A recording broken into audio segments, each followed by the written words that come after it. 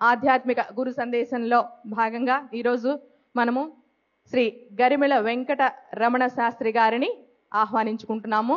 300కు పైగా దేవాలయాలను నిర్మించి హిందూ ధర్మాన్ని, సనాతన ధర్మాన్ని, ధర్మం యొక్క ప్రాముఖ్యతను నేటి తరానికి ప్రపంచవ్యాప్తంగా అందించడంలో కృషి చేస్తూ ఉన్నారు.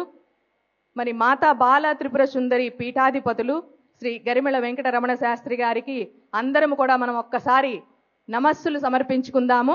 వారి ఏవి చూసిన తర్వాత వారి యొక్క అమృత వాక్యాలు మనం విందాం.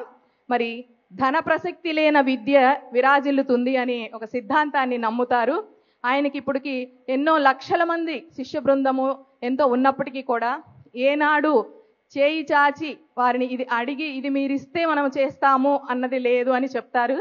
ఈ రోజుకి కూడా 18 గంటలు ఆయన కష్టపడతారు. మరి అంతా కూడా సంఘ సేవకు, సమాజ సేవకు తనకున్నటువంటి వృత్తిని, జ్ఞానాన్ని అన్నింటినీ కూడా ఆయన సమర్పణ భావంతో చేస్తారని చెప్తారండి. మరి మిగతా విషయాలన్నీ కూడా అద్భుతమైనటువంటి ఆధ్యాత్మికత కూడా ఆయన నుంచి తెలుసుకుందాం. ఓకే, మరి స్వామీజీ వారిని సాదరంగా ఆహ్వానించుకుందామండి కరతాళ ధ్వనులతో.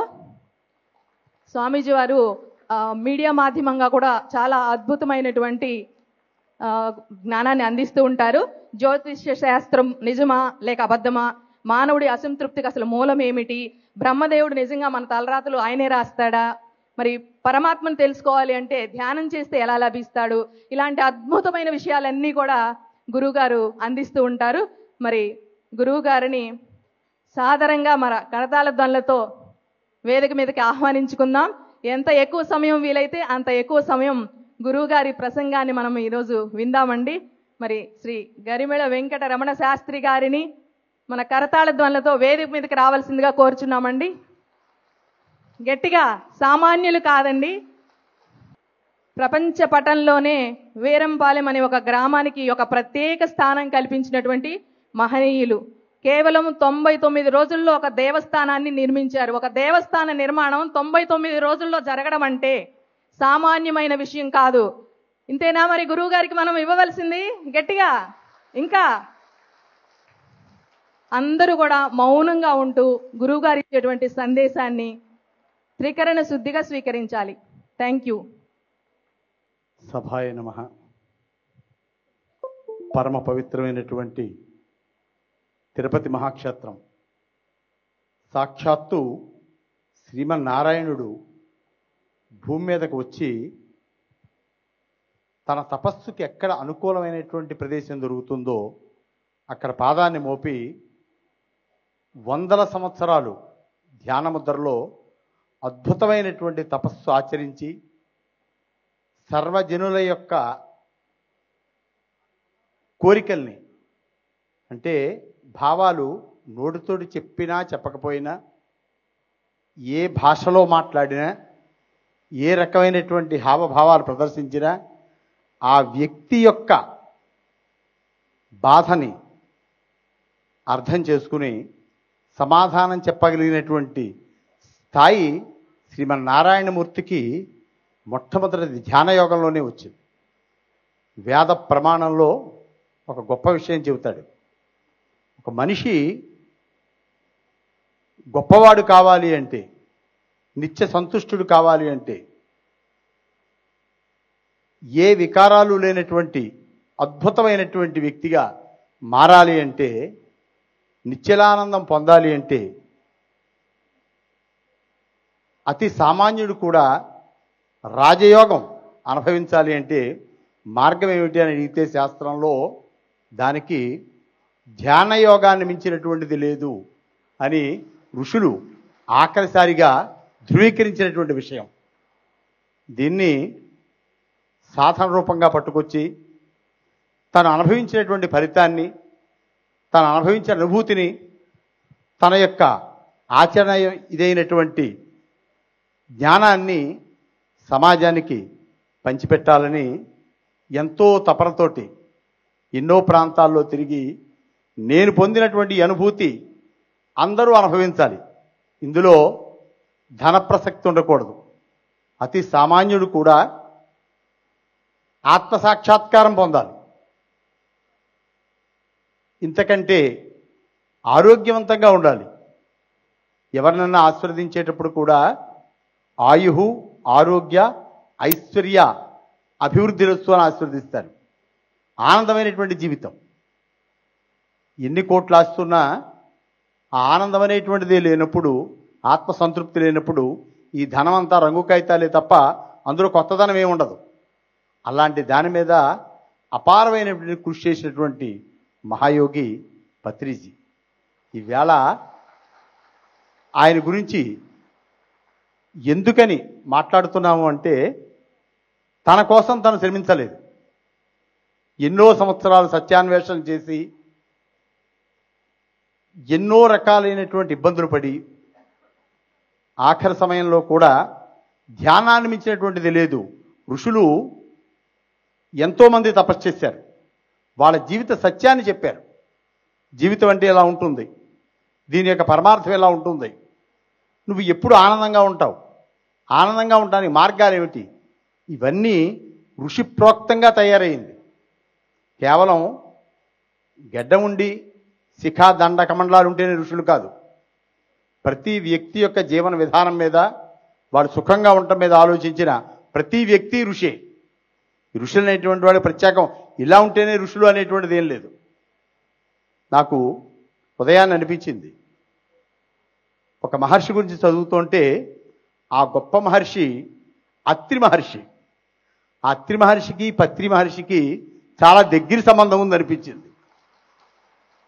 భగవానుడు అనేటువంటి వీరబ్రహ్మేంద్ర స్వామిని ఆయన దగ్గర నేను ధ్యానయోగం నేర్చుకోవాలి, నా బాల్యం అంతా ఆయన దగ్గర గడపాలి అని విష్టాంశలో ఉన్న ఆయన యొక్క కోరిక అత్రి మహర్షి దగ్గర ఆ చిన్నపిల్లాన్ని విడిచిపెట్టేసింది తల్లి. అలాంటి చోట పెరిగినటువంటి వాడు అత్రి మహర్షి. ఆయన సమాజానికి ఒక ఋషిగా ఎంత సేవ చేశారంటే, నీకు ఇవన్నీ అక్కర్లేదు. ఆఖరిగా ఓ మాట చెప్తాడు ఆయన, భగవంతుడు 24 గంటల సమయం ఇచ్చాడు మనకి.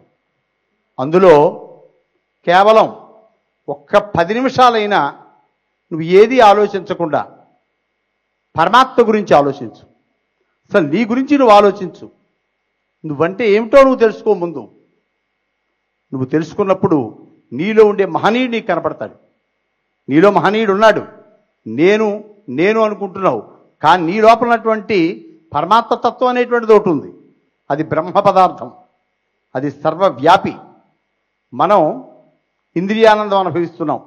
సుఖంగా ఏవి కావాలంటే అవి సేనించి, ఏది కావాలంటే అవి కొరుక్కుని, ఇంద్రియాలని చల్లటి వాతావరణంలో కూర్చోపెట్టి ఇంద్రియానందం అనుభవిస్తున్నాం, దేహానందం అనుభవిస్తున్నాం, ఆత్మానందం కూడా అనుభవిస్తున్నాం. ఆత్మానందం అంటే నేను ఈవేళ భగవంతుడి గురించి ఇన్ని గంటలు ధ్యానం చేయగలిగాను. నేను భగవంతుడి కోసం ఏమి ఆలోచించకుండా ఇంత సమయం కూర్చోగలిగాను. నాలో ఉన్నటువంటి ఆత్మను చూసుకుంటూ వేల సంవత్సరాలు గంటలుగా గడిపినటువంటి వాళ్ళు ఋషులు కూడా. ఇవన్నీ అయితే అనంతమైనటువంటి ఆత్మానుభూతి అంటే ప్రపంచంలో అచంచలమైనటువంటి కోటాను కోట్ల ఆత్మస్వరూపాలు ఉన్నాయి. జీవించిన ప్రతి వ్యక్తిలోనూ ఉండేది జీవాత్మ. అది పరమాత్మకు వెళ్ళే మార్గంలో అనేక ఆత్మలు దానికి అటాచ్ అవుతూ ఉంటాయి.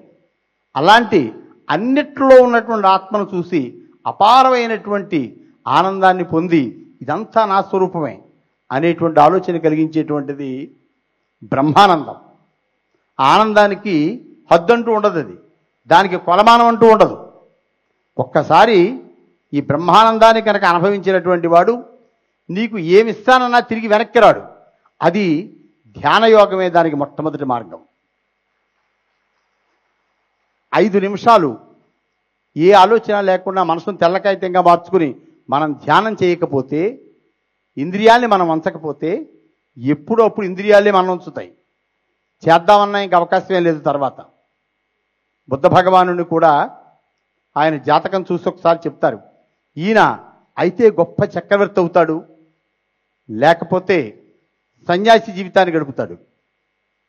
అంటే తండ్రికి బాధపడతాడు, నా కొడుకు చక్రవర్తి అవ్వాలి, నా తర్వాత దీనికి వారసుడు అవ్వాలి, ఆ రకంగా పెంచుదాం అని ఎక్కడ వైరాగ్యంలోకి వెళ్ళిపోతాడోనని ఎన్నో జాగ్రత్తలు తీసుకున్నాడు. 1, 2 కాదు ఆయన తీసుకున్న జాగ్రత్తలు. ఎక్కడ పైనుంచి కానీ ఎత్తైన ప్రదేశం నుంచి కానీ నేల మీదకి చూస్తే ఏ వీధులన్నా కనపడితే అక్కడ ఉండేటువంటి ఏమన్నా కనపడతాయేమో, దానివల్ల అతని మనసు చంచలమై మారిపోతాడేమో, వైరాగ్యం వచ్చేస్తుందేమోనని శుద్ధోధనుడు భయపడ్డాడు.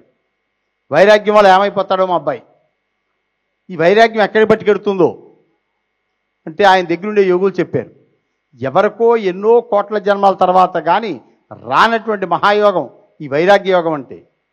అలాంటిది ఇతను ఆ సమయంలో పుట్టి అంత గొప్పవాడు అవుతుంటే ఎందుకు మహారాజా మీరు ఇంత ఇబ్బంది పడుతున్నారు, ఒక గొప్ప యోగి తయారవుతాడు అని చెబితే, ఏమైనా సరే నా తర్వాత నా కుమారుడు వారసుడు అవ్వాలి తప్ప ఇలా మారకూడదు అంటాడు.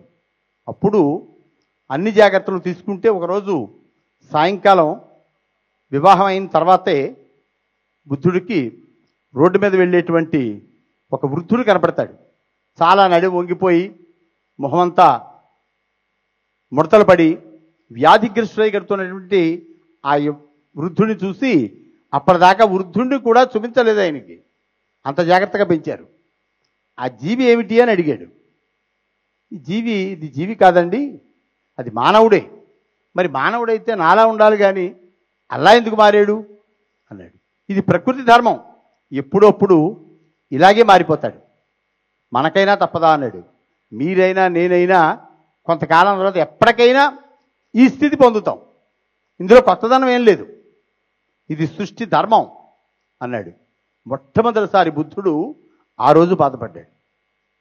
ఏమిటి ఇంత జాగ్రత్తగా నేను నేను నేను అనుకునేటువంటి ఈ శరీరానికి ఇది ఉండదు, ఇలా మారిపోతుంది అనిపించినప్పుడు ఇంతకాలం దీన్ని నేను సుఖపెట్టి నేను సాధించింది ఏమిటి అనే మొట్టమొదటి ప్రశ్న బుద్ధుల్లో ప్రవేశించే సమయం అది. మౌనంగా ఉన్నాడు, కానీ అంతర్మథనం చెందుతున్నాడు. ఇంత కష్టపడి ఇన్ని రకాలైనటువంటి సుగంధ ద్రవ్యాలతో దేహాన్ని ఇచ్చేస్తే ఇలా అయిపోతుంటే ఎలాగా. మరొక సమయంలో చూశాడు, దహిస్తున్నటువంటి కళేబరం కనపడింది. ఎందుకు అతన్ని ఈ యొక్క కాష్టాల్లో పెట్టి దహిస్తున్నారు అని అడిగాడు. అతనిలో పరమాత్మ లేడు. మంత్రి చెప్పాడు, పరమాత్మ లేదు, అది పుల్లముక్క లాంటిదే, మరి బాధ తెలియదా అన్నాడు. అసలు ఆత్మ లేనప్పుడు ఇవేవీ లేవు, అన్నీ శూన్యంగానే ఉన్నాయి. అలాగా, అందుకే బాధ లేదు అన్నాడు. ఎవరికైనా తప్పదా అన్నాడు. మళ్ళీ ఎవరికైనా తప్పదు మహారాజా, ఎవరైనా ఇలాంటి స్థితి అనుభవిస్తారు, ఎప్పుడప్పుడు ఇది కూడా తప్పదు అన్నాడు. ఇంకా ఆర్ద్రత పెరిగిపోయింది. ఏమిటి అసలు జీవిత పరమార్థం ఏమిటి, నేనేం చేయాలి, ఈ ఆలోచనలోకి వెళ్ళిపోయాడు. ఇంకా 2 ప్రక్రియలు ఆయన చూశాడు, చాలా మనస్తాపం చెందాడు. చెంది ఒక యాచకుడిని చూశాడు, చిరిగిపోయినటువంటి బట్టలతో దూరంగా ప్రతి ఇంటికి వెళ్ళి యాచకత్వం చేస్తున్నాడు. ఏమిటి అతనికి కలిగిన బాధ ఏమిటి అన్నాడు. క్షుద్బాధ, లోపల ఉన్నటువంటి ఆకలి అనేటువంటి బాధ అతన్ని అలా తిప్పుతోంది. ఆకలి అంటే ఏమిటి అన్నాడు. సమయం ప్రకారం మీకు అన్నీ వస్తున్నాయి కదా మహారాజా, ఈ బాధ మీకు తెలియదు. క్షుద్బాధ అనేటువంటిది ప్రతి జీవికి ఉంటుంది, క్షుద్బాధ లేనటువంటి జీవి ఉండదు. భగవత్ సృష్టిలో ఒక రహస్యం చెబుతుంది శాస్త్రం. అన్నమయ, మనోమయ, ప్రాణమయ, విజ్ఞానమయ, ఆనందమయాలు అనేటువంటి 5 ఆశయాలు ఉంటాయి మనలో. అవి 5 మనకు ఉన్నట్టు మనకు తెలియదు అసలు. అన్నమయం 12 అయ్యేటప్పటికీ ప్రతి వ్యక్తికి ఆకలిస్తోంది. అది ఏ పార్టుకు సంబంధించిందో, దేనివల్ల ఆకలిస్తోందో, ప్రత్యేకంగా ఈ అవయవం వల్ల ఆకలిస్తోందని ఎవడూ చెప్పలేడు. కానీ భావన చెబుతాడు, పొట్టొక్కసారిలా అనుకుని చాలా ఆకలిస్తోంది, కడుపు మండిపోతోంది అని చెబుతాడు భావన వల్ల. అన్నమయము అనేటువంటిది నీలో ఉండి ఈ యొక్క జఠరాగ్నిని యాక్టివేషన్ చేస్తోంది, దాని ద్వారా సంకేతం పంపిస్తోంది, నాకు ఆకలిస్తోంది అని చెబుతున్నాడు. మనోమయం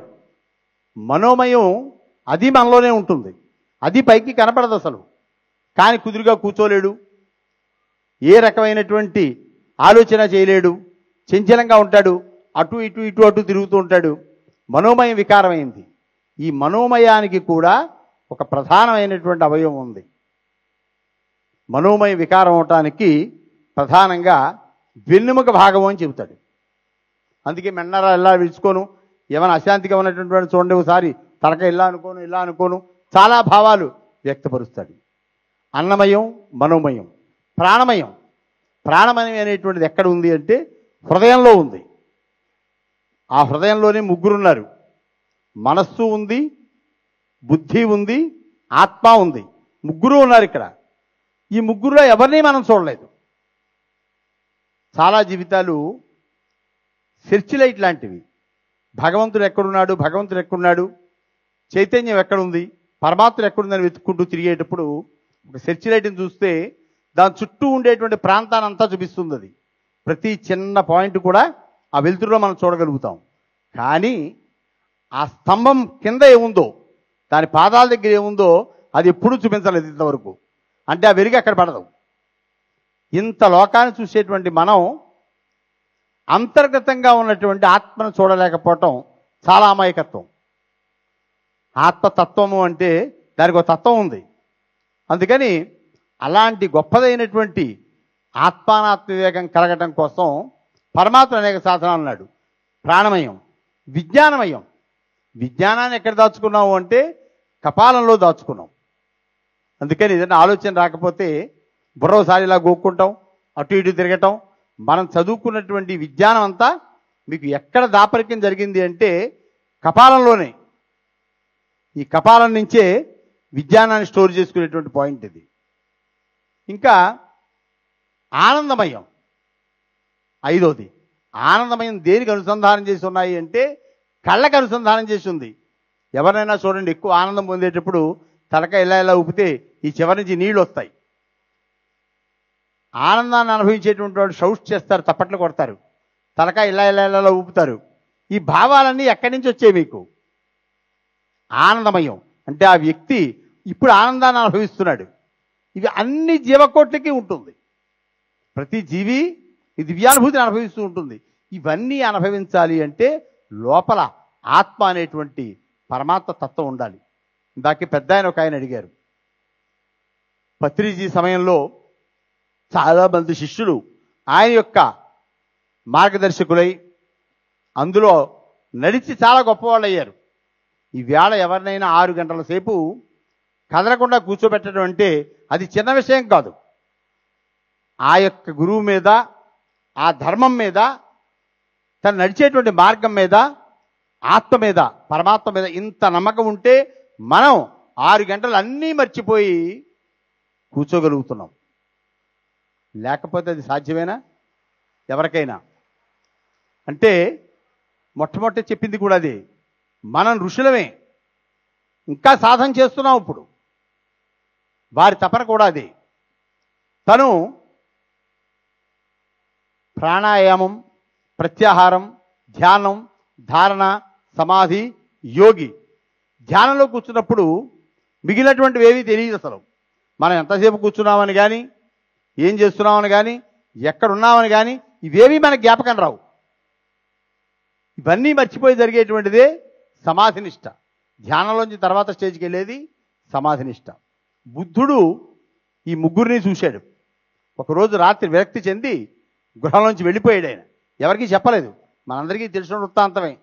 బుద్ధుడి యొక్క చరిత్ర చదివితే అసలు అంకురం ఎక్కడ పడింది అనేటువంటి తెలుసుకోవాలని విషయం చెప్పవలసి వస్తుంది. అది తండ్రి చాలా బాధ కలిగి ఎక్కడికి వెళ్ళాడో తెలియలేదు నా కుమారుడు, అందుకని ఆయన గనక మీరు వెనక్కి తీసుకొస్తే సగం రాజ్యం ఇస్తానని చెప్పాడు.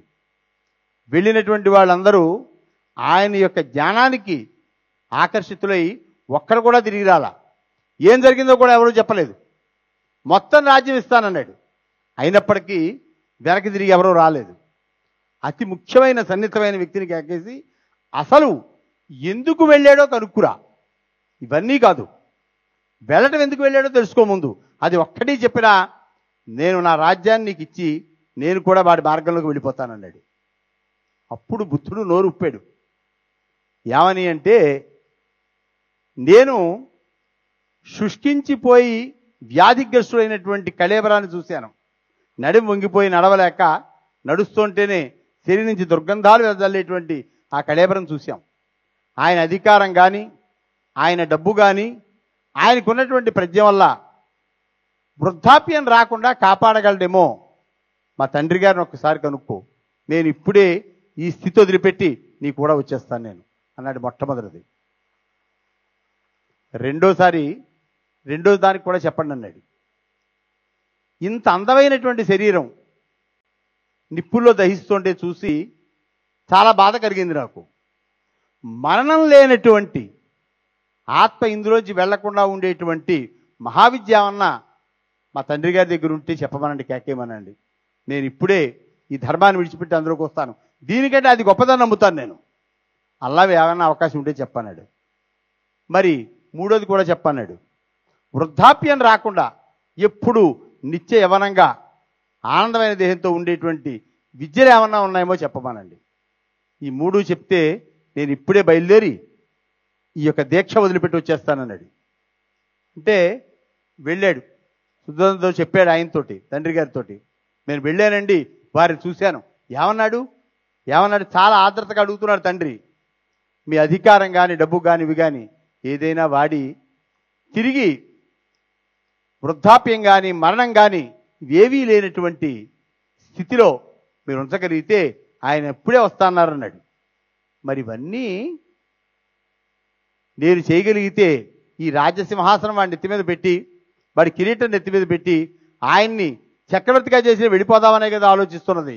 నా వల్ల కాదు, దీన్ని ఆపలేను అన్నాడు. ఆ వచ్చినటువంటి లామా చెప్పాడు, ఇది మీరు చేయలేనప్పుడు ఆయన ధర్మాన్ని వెతుక్కుంటూ ఆత్మను వెతుక్కుంటూ ఆత్మాన్వేషణలోకి వెళ్ళిపోయాడు. ఆయన ధ్యానముద్రలోకి వెళ్ళిపోయాడు.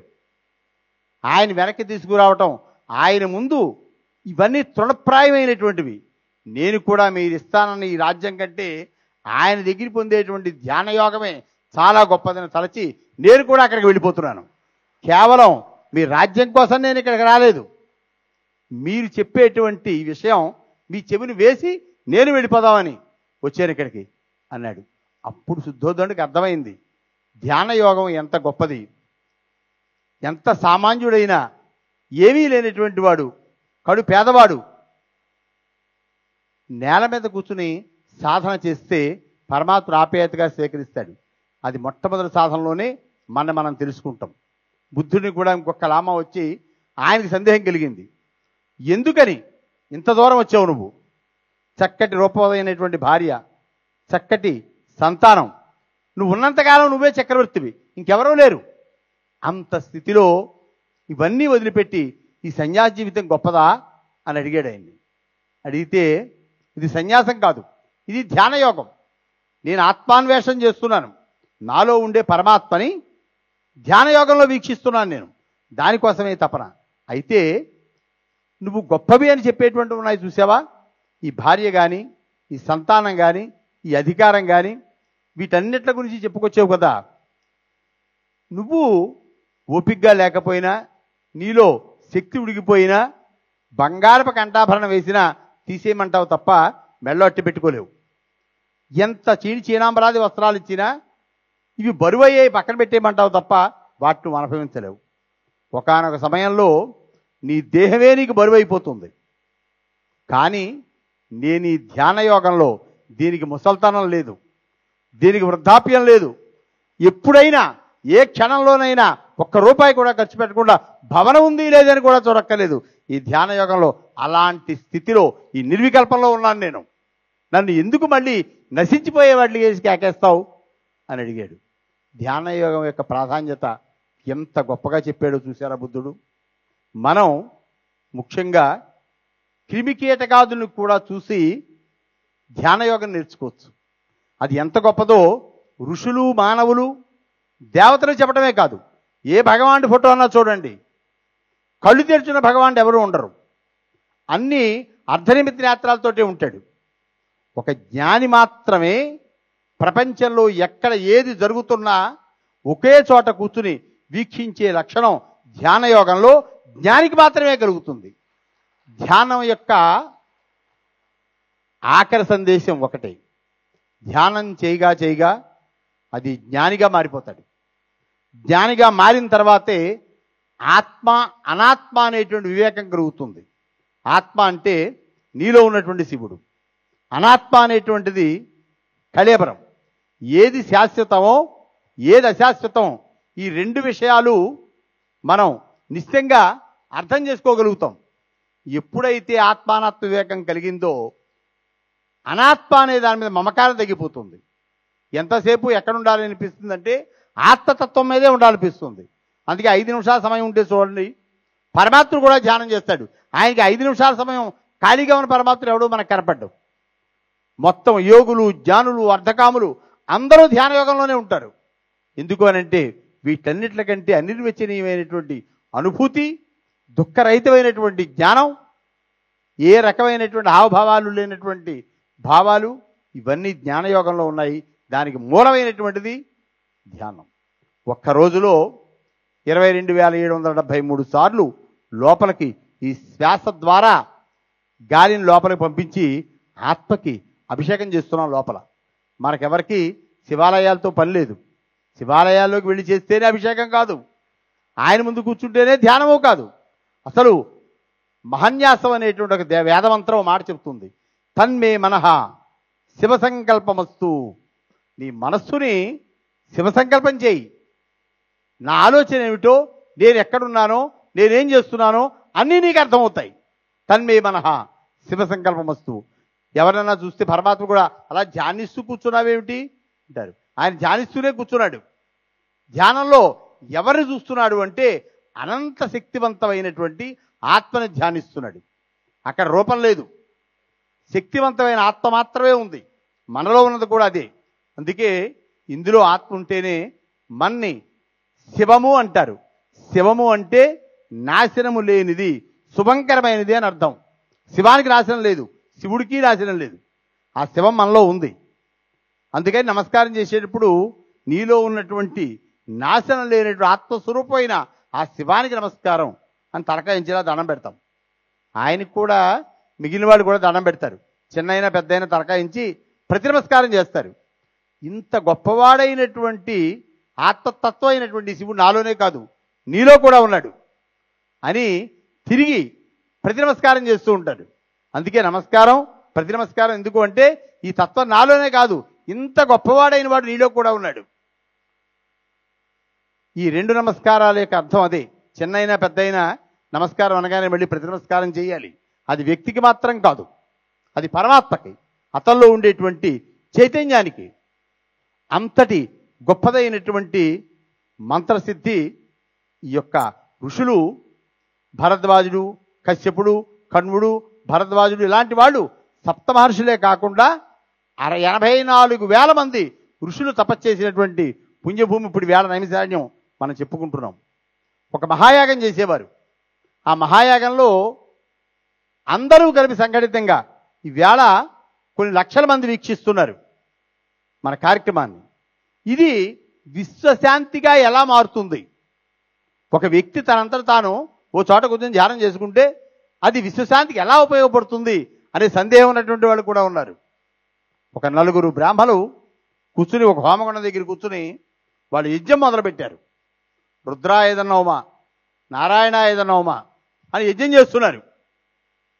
యజ్ఞపురుషుడు అందులోంచి ఆవిర్భావం నుంచి బయటకు వచ్చాడు. 4 వేరే వేరే వ్యక్తులు. కానీ అక్కడ గమనించవలసింది ఏమిటంటే ఈ 4 యొక్క ఆశయమో ఒక్కటే, అది ప్రపంచ శాంతి జరగాలి. ఈ శాంతి దేనికి జరగాలి అంటే ఒక 4 అత్వికులు ఒక చోట కూర్చొని యజ్ఞం చేసినప్పుడు మంత్రసిద్ధి జరిగి పరమాత్ముడు అందులోంచి ఆవిర్భావంలోంచి బయటకు వచ్చినప్పుడు ఆ యజ్ఞగుండంలోంచి ఇన్ని లక్షల మంది కూర్చుని ప్రపంచం శాంతిగా ఉండాలి, పృథివీ శాంతి, అంతరిక్షకం శాంతి, తద్వాయునా శాంతి, గోశాంతి, శాంతి, వాయుశాంతి, నక్షత్రాణి శాంతి, ఓషధే శాంతి, వనస్పతే శాంతి, బ్రహ్మశాంతి, బ్రాహ్మణ శాంతి, శాంతిర్మే హస్తు శాంతి. ఇవన్నీ శాంతిగా ఉండాలని ఇన్ని వేల మంది ఒక చోట కూర్చుని మనం పరమాత్మని ధ్యానిస్తే అది యజ్ఞం కాకపోతే ఏమవుతుంది అది? అందుకే దీనికి నామకరణం కూడా విశ్వశాంతి మహాయజ్ఞంగా. ప్రపంచం అంతా సుభిక్షంగా ఉండాలి. మనలో వేరే కోరికలేం లేవు. స్వామి కనపడతాడు, మనకేవో అనుకున్న కోరికలు తీరుస్తాడు. ఈ ధ్యానం వెనక అలాంటి ఆలోచనలు ఏం లేవు. ధ్యానం చేయటం దేనికోసం అంటే సర్వజనులు, సర్వ ప్రపంచం అంతా కూడా సుభిక్షంగా ఉండాలి. సముద్రాలు సమాంతరంగా ఉండాలి, భూమి సమానమైన వేగంలో తిరగాలి, వాయువు సమాంతరంగా ఉండాలి. ఈ ప్రకృతిని కాపాడేటువంటి పరమాత్ముడు ఎప్పుడూ ఆనందదాయకంగా ఉండాలి. అంత గొప్పవాడైన పరమాత్మ మనలో ఉన్నాడు కనుక మనం గొప్పవాళ్ళమయ్యాం. మానవుడు ఎప్పుడు సామాన్యుడు కాదు. మొట్టమొదటి అడుగు ఎప్పుడు ఒక్కడే వేస్తాడు. వాళ్ళకి జ్ఞానం కలిగిన తర్వాత ఇంకా ముందుకు వెళ్ళి ఇన్ని రోజులు తపస్సు చేశాను. ఒక్కొక్క ఋషి ఒక్కొక్క కావ్యం రాశాడు, ఒక జీవన విధానం రాశాడు, ఒక తత్వం రాశాడు. ప్రతి వ్యక్తికి కొన్ని లక్షణాలు ఉంటాయి, వస్తువులకి గుణాలు ఉంటాయి, పరమాత్మకి తత్వం ఉంటుంది. అందుకని రామతత్వం అని, శివతత్వం అని, బ్రహ్మతత్వం అని, అద్వైత తత్వం అని ఇన్ని తత్వాలు పుట్టుకొచ్చాయి. ఒక్కో పరమాత్మలో ఒక తత్వం ఉంది. వ్యక్తికి కూడా అంతే. వాళ్ళ లక్షణాలు అంత గమ్ముని పోవు. మరి గుణాలు ఉన్నటువంటివి భాస్వరం లాంటివి ఉంటే మండే గుణం ఉంది, పొటాషియం లాంటి దాని పేరే గుణం ఉంది. కానీ యోగులు ఏం కోరుకుంటారు అంటే మరొక జన్మ కోరుకుంటారు. చాలామంది దీన్ని అపహాస్యంగా చూస్తారు. ప్రాణాయామ ప్రత్యాహార ధ్యానాధారణ సమాధ్యష్టాంగ యోగ నిరతానాం. ఒక వ్యక్తి యోగిగా మారాలి అని తపనపడి తనతో పాటు కొన్ని వేల మందిని యోగులుగా మార్చాలి అని. యోగులుగా మార్చడం అంటే భౌతికమైన అన్నీ వదిలిపెట్టేసి కూర్చుని ఇంకా ముక్కు మూసు తపస్చేసుకుని చెప్పేటువంటిది కాదు. అది ఏది శాశ్వతమో ఏది అశాశ్వతమో, ఏది ఉపయోగపడేదో ఏది ఉపయోగపడందో, ఏది నిత్యానందాన్ని ఇస్తుందో ఏది క్షణికానందాన్ని ఇస్తుందో తెలుసుకోగలగటమే ఈ ఆత్మానాత్మ వివేకం. దాన్నే ధ్యానంలో ఋషులు చాలామంది ఆస్వాదించారు. వాళ్ళు అలా ఆస్వాదించిన ఋషులందరూ ఒక తత్వాన్ని రాసుకొచ్చారు. నువ్వు ఈ మార్గంలో వెళ్ళి ఇలా కనుక ఇచ్చేసినట్లయితే గొప్ప మార్గంలోకి నువ్వు వెళ్ళగలవు, నువ్వు గొప్పవాడుగా ఇదవగలవు. రామచంద్రుణ్ణి అనేక సార్లు వశిష్ఠ మునీంద్రుని అడుగుతాడు, మునీంద్ర మీరు ఇక్కడ కాదు మా ఆశ్రమంలోకి వచ్చేద్దరు కానీ అయోధ్య నగరానికి రండి, అద్భుతమైన భవనం కట్టించిస్తాను మీకు, అందులో ఉందరు కానీ నాకు దగ్గరగా ఉంటారు అంటే ఆయన అన్నాడు, రామా నువ్వు భోగభాగ్యాలన్నీ ఏర్పాటు చేయగలవు, కానీ నేను రోజుకి 18 గంటలు ధ్యానయోగంలో ఉంటాను. నాకు ఆ మిగిలినటువంటి అన్ని ఆడంబరాల మధ్యలో నేను ప్రశాంతంగా ధ్యానం చేసుకోలేను. నాకు ఈ నదీ తీరం, ఈ సరయు నది ఒడ్డు చాలా బాగుంది. నాకు నీకు ఏదైనా ధర్మ సందేహం కలిగితే నా దగ్గరికి వచ్చి మాట్లాడు, నేను సమాధానం చెప్తాను, కానీ నన్ను మాత్రం అయోధ్యకి కేక ఎక్కువ అన్నాడు ఆయన. అంటే ధ్యానయోగానికి ఇచ్చేటువంటి విలువ దేనికి ఇవ్వలేదు. ఆఖరికి ఇలాంటి వాళ్ళు ఆఖరి స్థాయికి పెడతారు. వెళ్ళి ఆ యోగిగా వారు మారాకే మనల్ని యోగులుగా మార్చాలనే ప్రయత్నం జరుగుతుంది. అలాంటి ఒక గొప్ప ప్రక్రియే ఈ ధ్యాన యోగంలో శ్వాస మీద ధ్యాస అనేటువంటి ఒక యోగి స్థాపించిన, పత్రిజీ స్థాపించిన ఒక మహర్షి యొక్క సుగమమైనటువంటి మార్గమే ఈ ధ్యాన మహాయజ్ఞం. ఇందులో సంపన్నుడా కాదా, వికలాంగుడా, లేకపోతే ఇంకెవరు, ఇవేవీ లేవు. అసలు ఉన్నటువంటిదల్లా ధ్యానం. ఆ ధ్యానం వల్ల తన అనుభూతిని పొందారు ఆయన. తర్వాత ఇంకో స్టేజీ కూడా ఉంది. చాలామందికి నీకు మోక్షం ఇస్తాను, ధనం మీద వికారం పుట్టొచ్చు, నాకు అక్కర్లేదు, నేను అన్నీ అనుభవించాను, భోగాలన్నీ అనుభవించాను, అక్కర్లేదు, వాటి మీద కూడా నాకు కోరిక లేదు. స్వర్గమా, స్వర్గలోకం కూడా అక్కర్లేదు. ఏముంది అక్కడ?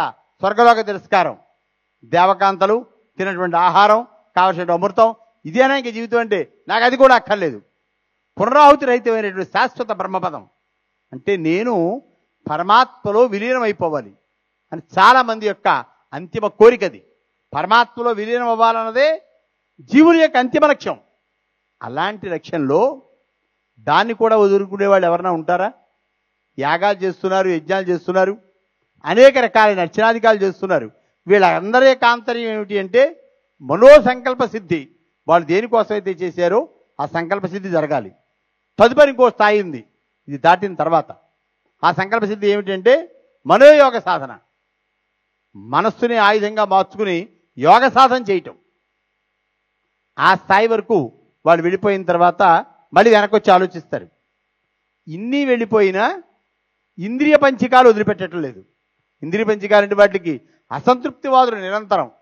కర్మేంద్రియ, జ్ఞానేంద్రియ, స్పర్శేంద్రియాలు ఎంత సుఖపెట్టా ఇంకా ఏదో తక్కువైందని బాధపడతాయి తప్ప నాకు చాలు అనేటువంటి మాట ఎవడో మాట్లాడు. ఆ ఇంద్రియ పంచికాలను కూడా స్వాధిష్టానం చేసుకుంటే ఇంకొక 6 శత్రువులు ఉంటారు, వాళ్ళ హరిషడ్వర్గాలు. ధ్యానం చేసేటప్పుడు కూడా పక్కన ఏదైనా చిన్న శబ్దం అయిందనుకోండి, వెంటనే చెవులు ఊరుకోవు. అదేమిటో ఒకసారి వినాలి. విన్న వెంటనే కళ్ళు చూడాలి, మెదడుకు వెళ్ళాలి. ఈ నెట్వర్క్ అంతా జరిగిపోతుంది, ధ్యానభంగం జరిగిపోతుంది. అందుకని ఏకాంతంగా సర్వాన్ని మర్చిపోగలిగినటువంటి స్థితి కావాలి. ఆ స్థితి నుంచి కూడా మనం సమాజానికి ఏమి ఇవ్వగలిగాం? ఆ స్థాయికి వెళ్ళి మహానుభావుడు ఏం ఆలోచిస్తాడు అంటే, నాలాంటి వాళ్ళు కొన్ని లక్షల మంది తయారవ్వాలి, ఇది కొన్ని కోట్ల మందికి ఉపయోగపడాలి. ఇది యథార్థమైనటువంటి జీవన సత్యం. నువ్వు ఎక్కడా పొందలేనటువంటి ఆనందం, ఎక్కడా ఇదవలేనటువంటి సౌఖ్యం, ఎప్పుడూ నువ్వు పొందలేనటువంటి అనుభూతి నువ్వు ఈ ధ్యాన యోగంలో పొందగలవు. కాబట్టి ఈ ధ్యాన యోగాన్ని సాధన చేయమని అక్కడ దాకా మనని తీసుకొచ్చారు. ఇంతమంది శిష్యులు వేళ తయారయ్యారు అంటే అదే మూలం. తను అనుభవించినటువంటి ఆ ఫలితాన్ని ఇంతమందికి పంచిపెట్టాలన్నదే ఆ మహానుభావుడి యొక్క అంతఃకరణలో ఉన్నటువంటి ఆలోచన. అందుకే ఇన్ని ప్రాంతాలకు తిరిగి ఇంతమందిని యాక్టివేషన్ చేసి చేసుకొచ్చారు. అయితే తర్వాత స్థితి ఒకటి ఉంది, అదే యోగి గొప్పవాడా, త్యాగి గొప్పవాడా? యోగి అంటే అన్ని శక్తులు తను పొంది, తను అనుభవించి, ఏది కావాలంటే అది సృష్టించగలిగి ఉండి, ఇచ్ఛాశక్తి, క్రియాశక్తి, జ్ఞానశక్తులు మూడు ఉండి కూడా నాకు మోక్షం వద్దు అని చెప్పేటువంటి తత్వం ఒకటి ఉంది. ఆ తత్వం ఎవరిలో ఉంది అంటే త్యాగుల్లో ఉంది. వాళ్ళని త్యాగి అంటారు.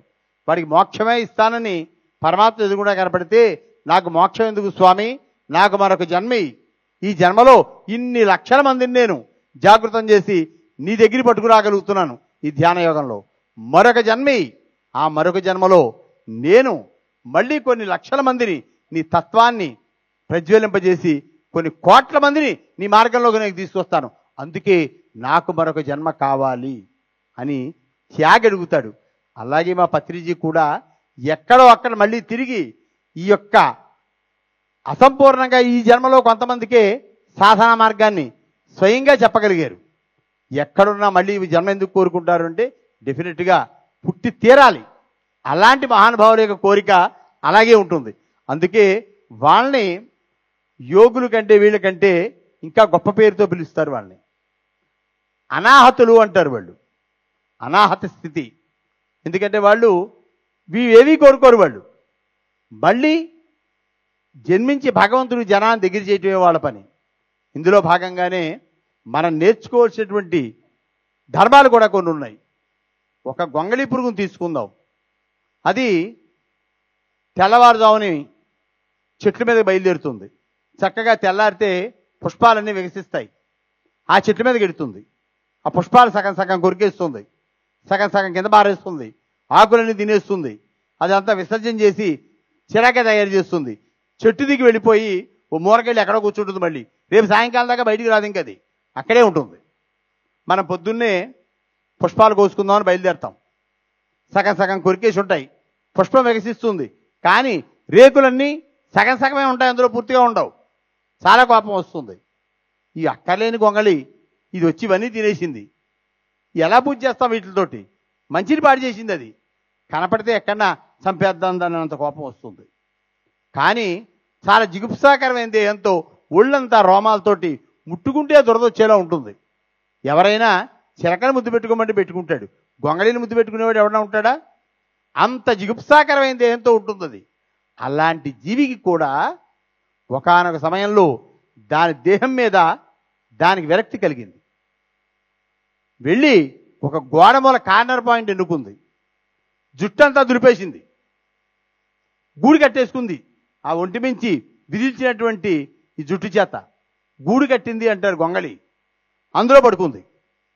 41 రోజులు సమాధి స్థితిలో ఉంది, ధ్యానంలో. అది 41 రోజు. 42వ రోజు ఆ గూడుని చీల్చుకుని బయటకు ఒక జీవి వచ్చింది. దాని పేరు సీతాకోక చిలుక. ఎవడైతే ఇది ముట్టుకుంటానికి కూడా పనికిరాదు, ఇది అయోగ్యమైంది, అసహ్యకరమైంది అని అనుకున్నాడో అందులోంచి ఒక అద్భుతమైనటువంటి సీతాకోక చిలుక ఎగురుతూ రంగురంగులు, ఓ దానికి రంగు ఇంకో దానికి ఉండదు. మనం దాన్ని ముట్టుకుంటే బాగుండని చిన్నపిల్లలు వెనకాలే వెళ్ళి ఆ రెక్కలు పట్టుకుంటారు. దాన్ని చంపుదామని కాదు, దాన్ని చూస్తే ఆనందం. దాని రూపం అంత ఆనందంగా మారిపోయింది. అప్పుడు పుష్పాలు తిందు, ఆకులు తిందు, పత్రాలు తిందది. ఏం తింటుంది అంటే పుష్పం మధ్యలో ఉండే మకరందం తింటుంది. దీనికి జ్ఞానికి దగ్గర పోలికలు ఉన్నాయి. ఇన్ని రకాలైనటువంటి శరీరాలతో, ఇన్ని రకాలైన ఆలోచనలతో, ఇన్ని రకాలైనటువంటి భావాలతో ఉన్న మనం జ్ఞానిగా మారి ధ్యానంలోకి వెళ్ళి జ్ఞానార్జన చేసిన తర్వాత అక్కర్లేనివి ఏవి మనం ముట్టుకోం. భగవంతుడే మన ఎదురుగుండా కనపడి నీకేం కావాలని అడిగినా సరే నాకు ఏమీ వద్దు, నిన్ను ధ్యానం చేసే అదృష్టం కలిగింది నాకు. కోరిక ఎంత గొప్పగా ఉందో చూడండి. నిన్ను ధ్యానించేటువంటి శక్తి కలిగింది నాకు. ఇంతకంటే నిన్ను చూడటమే నాకు ఆనందం, ఇంతకంటే కొత్త ఆనందం పనే ఉంది నాకు అనేటువంటి స్థితి ధ్యానులకు కలుగుతుంది. కాబట్టి మంచి మార్గాన్ని, కంటి శక్తి ఎంత గొప్పది అంటే కన్ను కూడా ధ్యానం చేసేటప్పుడు సగం నేత్రాలు మూసుకునే శరీరం జాగృతావస్థలో ఉండాలి. నిద్రావస్థలోకి వెళ్ళిపోయిందంటే నిద్రలోకి వెళ్ళిపోతాం. తెలియకుండా జరిగేటువంటి ప్రక్రియ అది. అందుకని ఆ ధ్యాన యోగంలో కంటికి శక్తివంతమైంది కాబట్టి దాన్ని బంధిస్తారు. ముందు సకానికి కట్ చేస్తారు దాని యొక్క శక్తిని. మనకి కందిరీగలు కనపడుతూ ఉంటాయి కొన్ని రకాల జాతుల్లో. వాటికి సంతానం కలగదు, అవి గుడ్లు పెట్టవు, పిల్లలు కూడా పెట్టవు. అవి ఏం చేస్తాయంటే గడ్డిలోకి వెళ్ళి పచ్చగా ఉన్న పురుగులు తెచ్చుకుంటాయి. చూడండి, మీరు ఎక్కడ చాలా సన్నగా చీపురు పుల్లలా ఉంటాయి, ఒక గుండు సూది ప్రమాణంలో ఉంటాయి. పచ్చ పురుగులన్నీ పట్టుకొచ్చి ఓ చోట గూడు కడుతుంది. వర్షం వచ్చినా కరిగిపోకుండా దాని మీద ఒక లక్కని లేరుగా వేస్తుంది. ఈ రెండు అయిన తర్వాత మూడోది దానికి చిన్న 2 రంధ్రాలు పెడుతుంది. తన 2 కళ్ళు ఆ రంధ్రాల్లోంచి దాని లోపల ఉన్నటువంటి ఆ పచ్చ పురుగును చూస్తూ 41 రోజు గడుపుతుంది. అది 42వ రోజు దాని దృష్టి వల్ల కందిరీగలు బయటకు వస్తాయి. అందులో పెట్టి అవి తినటానికి ఆహారం పచ్చగడ్డి పరకలు కూడా ఉంటాయి. మీరు ఏ గోడమూల ఉన్నటువంటి గూడన్నా చూడండి, కందిరీగల గూడు, అందులో ఆకులు ఉంటాయి. ఆకులు, పత్రి, పచ్చగడ్డి మొక్కలు కనపడతాయి. అది ఎవరికి ఆహారం అంటే అందులో ఉండే జీవులకి. దేనివల్ల మార్చగలిగింది జీవిగా దాన్ని అంటే తన దృష్టి వల్ల. అందుకని ఈ దృష్టి అంతా నీకు పరమాత్మ మీదకి వెళ్ళాలి అంటే అంతర్గతంగా ఉన్నటువంటి సెర్చ్ లైట్ వెలగాలి. అందుకని ఆత్మానాత్మ వివేకం కలిగే ముందు ధ్యానం చేసే ప్రతి వ్యక్తి అర్ధనిమితి నేత్రాలతో మాత్రమే ధ్యానం చేయాలి. కాబట్టి ధ్యాన యోగంలో ఎంతో అనిర్వచనీయమైనటువంటి అనుభూతిని అనుభవించిన యోగులు చాలామంది ఉన్నారు. వాళ్ళు ఒకళ్ళో ఇద్దరు కాదు. అలాంటి అనుభూతిని మనందరికీ పంచిపెట్టడం కోసం ఈవేళ ఈ తిరుపతి మహాక్షేత్రంలో సప్తజన్మ కృతం పాపం దర్శనేన వినస్థితి తిరుపతి గురించి చెబుతూ ఒక శాస్త్రం మాట చెబుతుంది. కేవలం దర్శనం వల్ల మాత్రమే 7 జన్మల్లో చేసిన మహాకర్మలు కూడా వదిలిపోతాయి. ఇలాంటి చోట మనం ధ్యానం చేయడానికి కేకేసామంటే, ఇలాంటి చోట ధ్యానానికి వచ్చామంటే దాని శక్తి అంత అపారంగా ఉంది. కాబట్టి ఇంత గొప్పదైనటువంటి పుణ్యభూమిలో, తపోభూమిలో, సాక్షాత్తు నారాయణుడు తపమార్జించినటువంటి ఇలాంటి పవిత్ర భూమిలో మన వేళ ధ్యానం చేయడం కోసం ఉదయం నుంచి సుమారు 5,000 మంది పైన ఎక్కువ సమయాన్ని ధ్యానానికే కేటాయించారు. దీని వ్యవస్థాపకులు మన మధ్యలో ఉండలేకపోయినా ఆయన ఆశయం బతుకుతోంది. ఆయన ఆశయాన్ని భుజస్కంధాల మీద వేసుకుని గొప్పదైనటువంటిది ఈ మహదాశయం. ఇలాంటి ఆశయం అతి కొద్ది మందికి కలుగుతుంది. సమాజం బాగుండాలనేటువంటి ఆలోచన ఎంతమంది కలుగుతుంది? మనందరికీ ఇలాంటి ధ్యాన యోగంలో పరమాత్మకు దగ్గరగా తీసుకెళ్లిన మహానుభావుడు ఆయన కనుక ఈ సభాముఖంగా వారికి ప్రత్యేకమైనటువంటి అజ్జలు ఘటిస్తూ ఒక మహోన్నతమైనటువంటి మహాయోగి అయిన, అందుకనే అత్రి పత్రి అని చెప్పినటువంటిది. ఆ అత్రిపుని ఏ రకంగా అయితే తన తపస్సునంతా సమాజం కోసం ధారపోసి సముద్రాలు పొంగిపోకుండా ఆపాడగలిగాడు ఆయన. భగవంతుడికి విద్య నేర్పినటువంటి వాడు. అలాంటి మనని జ్ఞానులుగా మార్చాలని ఆ మహానుభావుడు చేసినటువంటి తపస్సు ఎప్పటికీ వ్యర్థం కాదు. మనందరికీ అది ఉపయోగపడుతుంది. మనకి సత్య మార్గం, జ్ఞాన మార్గం, పరమాత్మ మార్గం చెప్పేటువంటి నిశ్చల మార్గమే అవుతుంది అది. కాబట్టి ఆ స్థితి మీ అందరికీ కూడా కలగాలని 600 కిలోమీటర్లు నేను కారు ఎక్కిన తర్వాత మళ్ళీ పాయింట్కి ఎడితే కానీ కిందకి దిగను. 600 కిలోమీటర్లు మళ్ళీ కారులోనే వచ్చేటప్పుడు మళ్ళీ ఉదయం 8 గంటలకు ప్రోగ్రాంకి మళ్ళీ 6 గంటలు వెళ్ళాలి. 300 దేవాలయాలు కట్టే అవకాశం పరమాత్మ నాకు ఇచ్చారు. మీరు కట్టారు అంటే నేను ఒప్పుకోను. నేను చేయలేదు అది. నాలో ఉన్న పరమాత్ముడు చేయించాడు. ఈ జీవికి ఒక చిన్న అవకాశం మాత్రమే ఇచ్చాడు. 296 పీఠాలు. కానీ అన్ని చోట్ల మాత్రం మా ధ్యాన మందిరాలు ఉంటాయి. నేను దేవాలయం కంటే కూడా విలువిచ్చేటువంటి దేనికి అంటే ధ్యాన కేంద్రానికే ఇస్తాను. నేను కోటి దీపోత్సవాలు చేశాను, 12 జ్యోతిర్లింగాల్లో 12 యజ్ఞాలు చేశాను. ప్రపంచంలోని అతి గొప్పదైన అహోరాత్ర యాగం చేశాం. అవకాశం ఇచ్చాడు. అహోరాత్రం అంటే రాత్రి పగలు 108 హోమగుండాలు ఆరిపోకుండా, కనురెప్పలు ముయ్యకుండా, మంత్రాగ్ని ఆరకుండా, అర్చన ఆగకుండా, హోమం ఆరకుండా, తపస్సు ఆగకుండా చేసేది అహోరాత్రం అంటే. అలాంటి మహోత్కృష్టమైన నాగసాధువులతో పాటు 18 లక్షల మందితోటి 23 రాత్రులు 23 పగళ్ళు మహాయజ్ఞం చేసే అవకాశం అమ్మ నాకు కల్పించింది. ఆ శక్తే ఇన్ని దేవాలయాలు కట్టడానికి మూలమైంది. కాబట్టి ఇప్పటికి కూడా నైమిసారణ్యం మొన్న పత్రిజీ యొక్క పరంపరలో ఉండేటువంటి భక్తులు వచ్చినప్పుడు అన్ని చోట్ల కంటే చాలా అనిర్వచనీయమైన అనుభూతి అనుభవించారు అక్కడ. అక్కడి నుంచే వారు నాకు ఎక్కువ పరిచయం. నేను అంతవరకు ఒకటి ఆలోచించేవాడిని, సమాజానికి మనం ఏ రకమైన సేవ చేయగలం అనేటువంటిది. కానీ వాళ్ళ యొక్క ఆలోచన చూసిన తర్వాత ధ్యానయోగంలోకి ఎందుకు మనం అడిగెట్టకూడదు? ధ్యానయోగం అతి సులభమైనటువంటిది, అందరికీ 10 మందికి జ్ఞానాన్ని పంచేటువంటి అవకాశం ఉన్నటువంటిది. శరీరంలో ఓపికన్నంతకాలం కష్టపడుతున్నాం, ఓపిక తగ్గినప్పుడు చేయవలసింది ధ్యానం. ధ్యానం అది ముందు నుంచి కనుక అలవాటు చేసుకుంటే నువ్వు పరమాత్మ ఇంకా దగ్గరగా వెళ్ళగలవు. అందుకని ధ్యానానికి వయసుతో పని లేదు. ధ్యానం అనేటువంటిది ఏ వయసు, ఎంత తక్కువ టైంలో మనం మొదలెట్టగలిగితే అంత తక్కువ టైం నుంచి ఎక్కువ కాలం మనం చేయగలుగుతాం. ఇలాంటి సాధన తప్పకుండా చేయండి. ఎన్నో కోటి దీపోత్సవాలు చేశాం. కానీ వీటన్నిటికంటే అత్యంత అనుభూతి ఏమిటి అంటే ధ్యానయోగం. నేను వేళ ఎవరన్నా అడిగితే గురువుగారు ఎప్పటిదాకా కష్టపడతారు అంటే, పరమాత్ముడు పూర్తిగా నన్ను ధ్యానంలో కేకేస్తే నాకు ఇవన్నీ ఈ క్షణంలో విడిచిపెట్టేయాలని ఉంది. వీటన్నిటి వల్ల పొందలేని ఆనందం ఆ ధ్యానయోగంలో పరమాత్మను చూస్తూ గడపగలిగేటువంటి స్థితి. పూర్వకాలం ఎవరైనా దండం పెట్టుకుంటే భగవంతుడి దగ్గరికి వెళ్ళి కొత్తవేం కోరేవారు కాదు. అన్నబుతకాలకు లోటు లేకుండా చూడు స్వామి అని దండం పెట్టుకునేవారు. తినటానికి ఆహారం, తాగటానికి నీళ్లు. అప్పట్లో ఉండే మానవులకి 2 కోరికలే ఉన్నాయి, కొత్త కోరిక ఏం లేదు ఇంకా. అందుకే నది ఒడ్డున ఎన్నో ఆశ్రమాలు ఏర్పడ్డాయి. ఎందుకని అంటే తాగటానికి నీళ్లు ఉన్నాయి, ఇక్కడ లంక భూములు ఉన్నాయి, ఏదో ఒక పండో ఫలమో పడుతుంది. తినటానికి ఇంత ఆహారం, తాగడానికి నీళ్లు, ఇంతకంటే ఏం అడగాలి పరమాత్మని? కానీ మన అన్నీ అడగకుండానే అన్నీ ఇచ్చాడు మనకి. కాకపోతే రోజు మొత్తం మీద ఒక్క 10 నిమిషాలైనా పెద్ద ఇల్లు కడుతున్నాం, ఎన్నో రకాలైనటువంటి ఆడంబరాలు చేస్తున్నాం, ఒక చిన్న దేవుడి గుడి కూడా కట్టుకుంటున్నాం. ఒక్క 10 నిమిషాలు అంత ఇల్లు కట్టినందుకు ఆ పరమాత్మ ముందు ధ్యానం చేయటం అలవాటు చేసుకోండి. మిమ్మల్ని అంతిమంగా కాపాడేటువంటిది ఆ ధ్యానమూర్తి మాత్రమే కాపాడగలడు. ఈ డబ్బు కానీ, పిల్లలు కానీ, ఈ మిగిలినటువంటి ఆభరణాలు కానీ, ఈ కూడా ఉండే పరిచారకులు కానీ, వీడు ఎవ్వడో మనం కాపాడలేడు. మిమ్మల్ని కాపాడగలిగింది మీరు చేసిన ధర్మం, మీరు చేసినటువంటి ధ్యానం. ఆ పరమాత్మని ధ్యానించడం వలని మౌనం అనేటువంటి మౌనం మహాయజ్ఞం. మామూలుగా మంత్రంతో చేసేటువంటి యజ్ఞం కంటే మౌనంగా ఉండటం మహాయజ్ఞం అని శాస్త్రం చెప్పింది. కాబట్టి ధర్మాన్ని మీరు ఆచరించి మంచి గొప్ప జ్ఞానవంతులుగా మారాలని, పరమాత్మకు అతి దగ్గరగా వెళ్ళాలని ఒక మంచి అవకాశం ఈ సభాముఖంగా నాకు ఇచ్చినందుకు ఎంతో కష్టపడి రాలేనన్నా కానీ మా హనుమంతరాజు గారు మిగిలినటువంటి వారందరూ 4 సార్లు చెప్పు, ఒకసారి వస్తే బాగుంటుంది. ఏమిటి అంటే మన జీవితాన్ని ఎక్కడి నుంచి ఎక్కడి దాకా వచ్చాం, ఆఖరిని ఏం కోరుకుంటున్నాం మనం ఈవేళ, ఇది సమాజానికి తెలియాలి.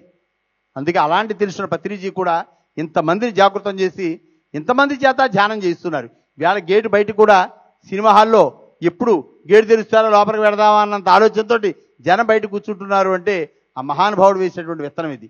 ఇది మహావృక్షమైంది.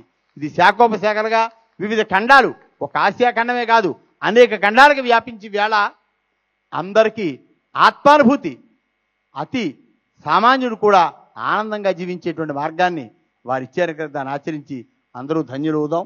సర్వకాల సర్వావస్థలందు ధర్మం 4 పాదాలను నడవాలని, పరమాత్మ అనుగ్రహం మనందరికీ అందవేళలా ఉండాలని, నిత్య ధ్యానులుగా నిత్యయోగులుగా మీరందరూ విరాజిల్లాలని కోరుకుంటూ సర్వేజన సుఖినోభవం.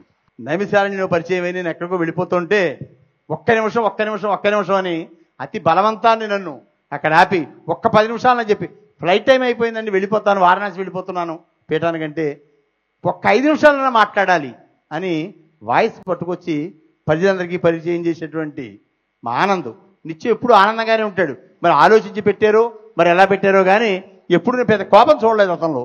ఆనందాన్ని చూశాను. అలాంటి ఆనందమే మీ అందరికీ పంచిపెట్టాలని తపనపడే ఆనందం కూడా చూశాను నేను. తను పొందే ఆనందాన్ని మీకు కూడా పంచిపెట్టాలని. కాబట్టి మీరందరి యొక్క దీంతో మంచి కార్యక్రమానికి రూపకల్పన చేశారు. మంచి సమయం కూడా పవిత్రమైన పుణ్యభూమిలో ఇలాంటి కార్యక్రమం చేసిన మీరందరూ ధన్యులు. మాస్టర్స్, మన ముందు ఉన్నటువంటి ఈ శక్తి ఎంతటి మహాశక్తో ఒకసారి ఏవి చూద్దాం స్వామీజీది, తర్వాత మాట్లాడదాం. ప్రపంచ పటంలో వీరంపాలెం అనే ఓ చిన్న గ్రామాన్ని ప్రత్యేకంగా చూపించిన మహోన్నత వ్యక్తి శ్రీ గరిమెళ్ల వెంకటరమణ శాస్త్రి గారు.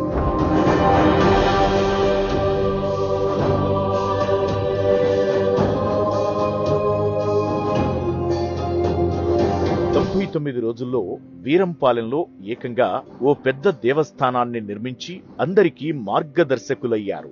ధర్మచింతన, నిస్వార్థ సేవ చేయాలన్న తపన ఉంటే ఆ భగవంతుడే మనల్ని నడిపించి మనకు మార్గనిర్దేశం చేస్తాడని నమ్ముతూ సనాతన ధర్మ ప్రచారంలో తన వంతు పాత్ర పోషిస్తున్నారు.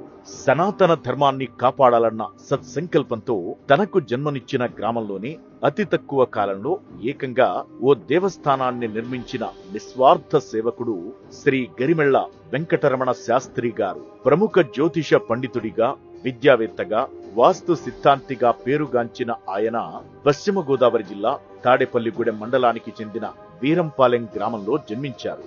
అలాగే తన గ్రామంలోనే మేధా సరస్వతి ఆలయాన్ని నిర్మించి పలువురి మన్ననలు పొందారు. ఆంధ్రప్రదేశ్లో ఉన్న సరస్వతి దేవాలయాల్లో రెండో దేవాలయంగా ప్రసిద్ధికెక్కిన ఈ ఆలయం విశాలంగా, ఆహ్లాదకరమైన వాతావరణంలో నిర్మించడం జరిగింది. సరస్వతి దేవాలయం పలు ఆలయాల సమూహం.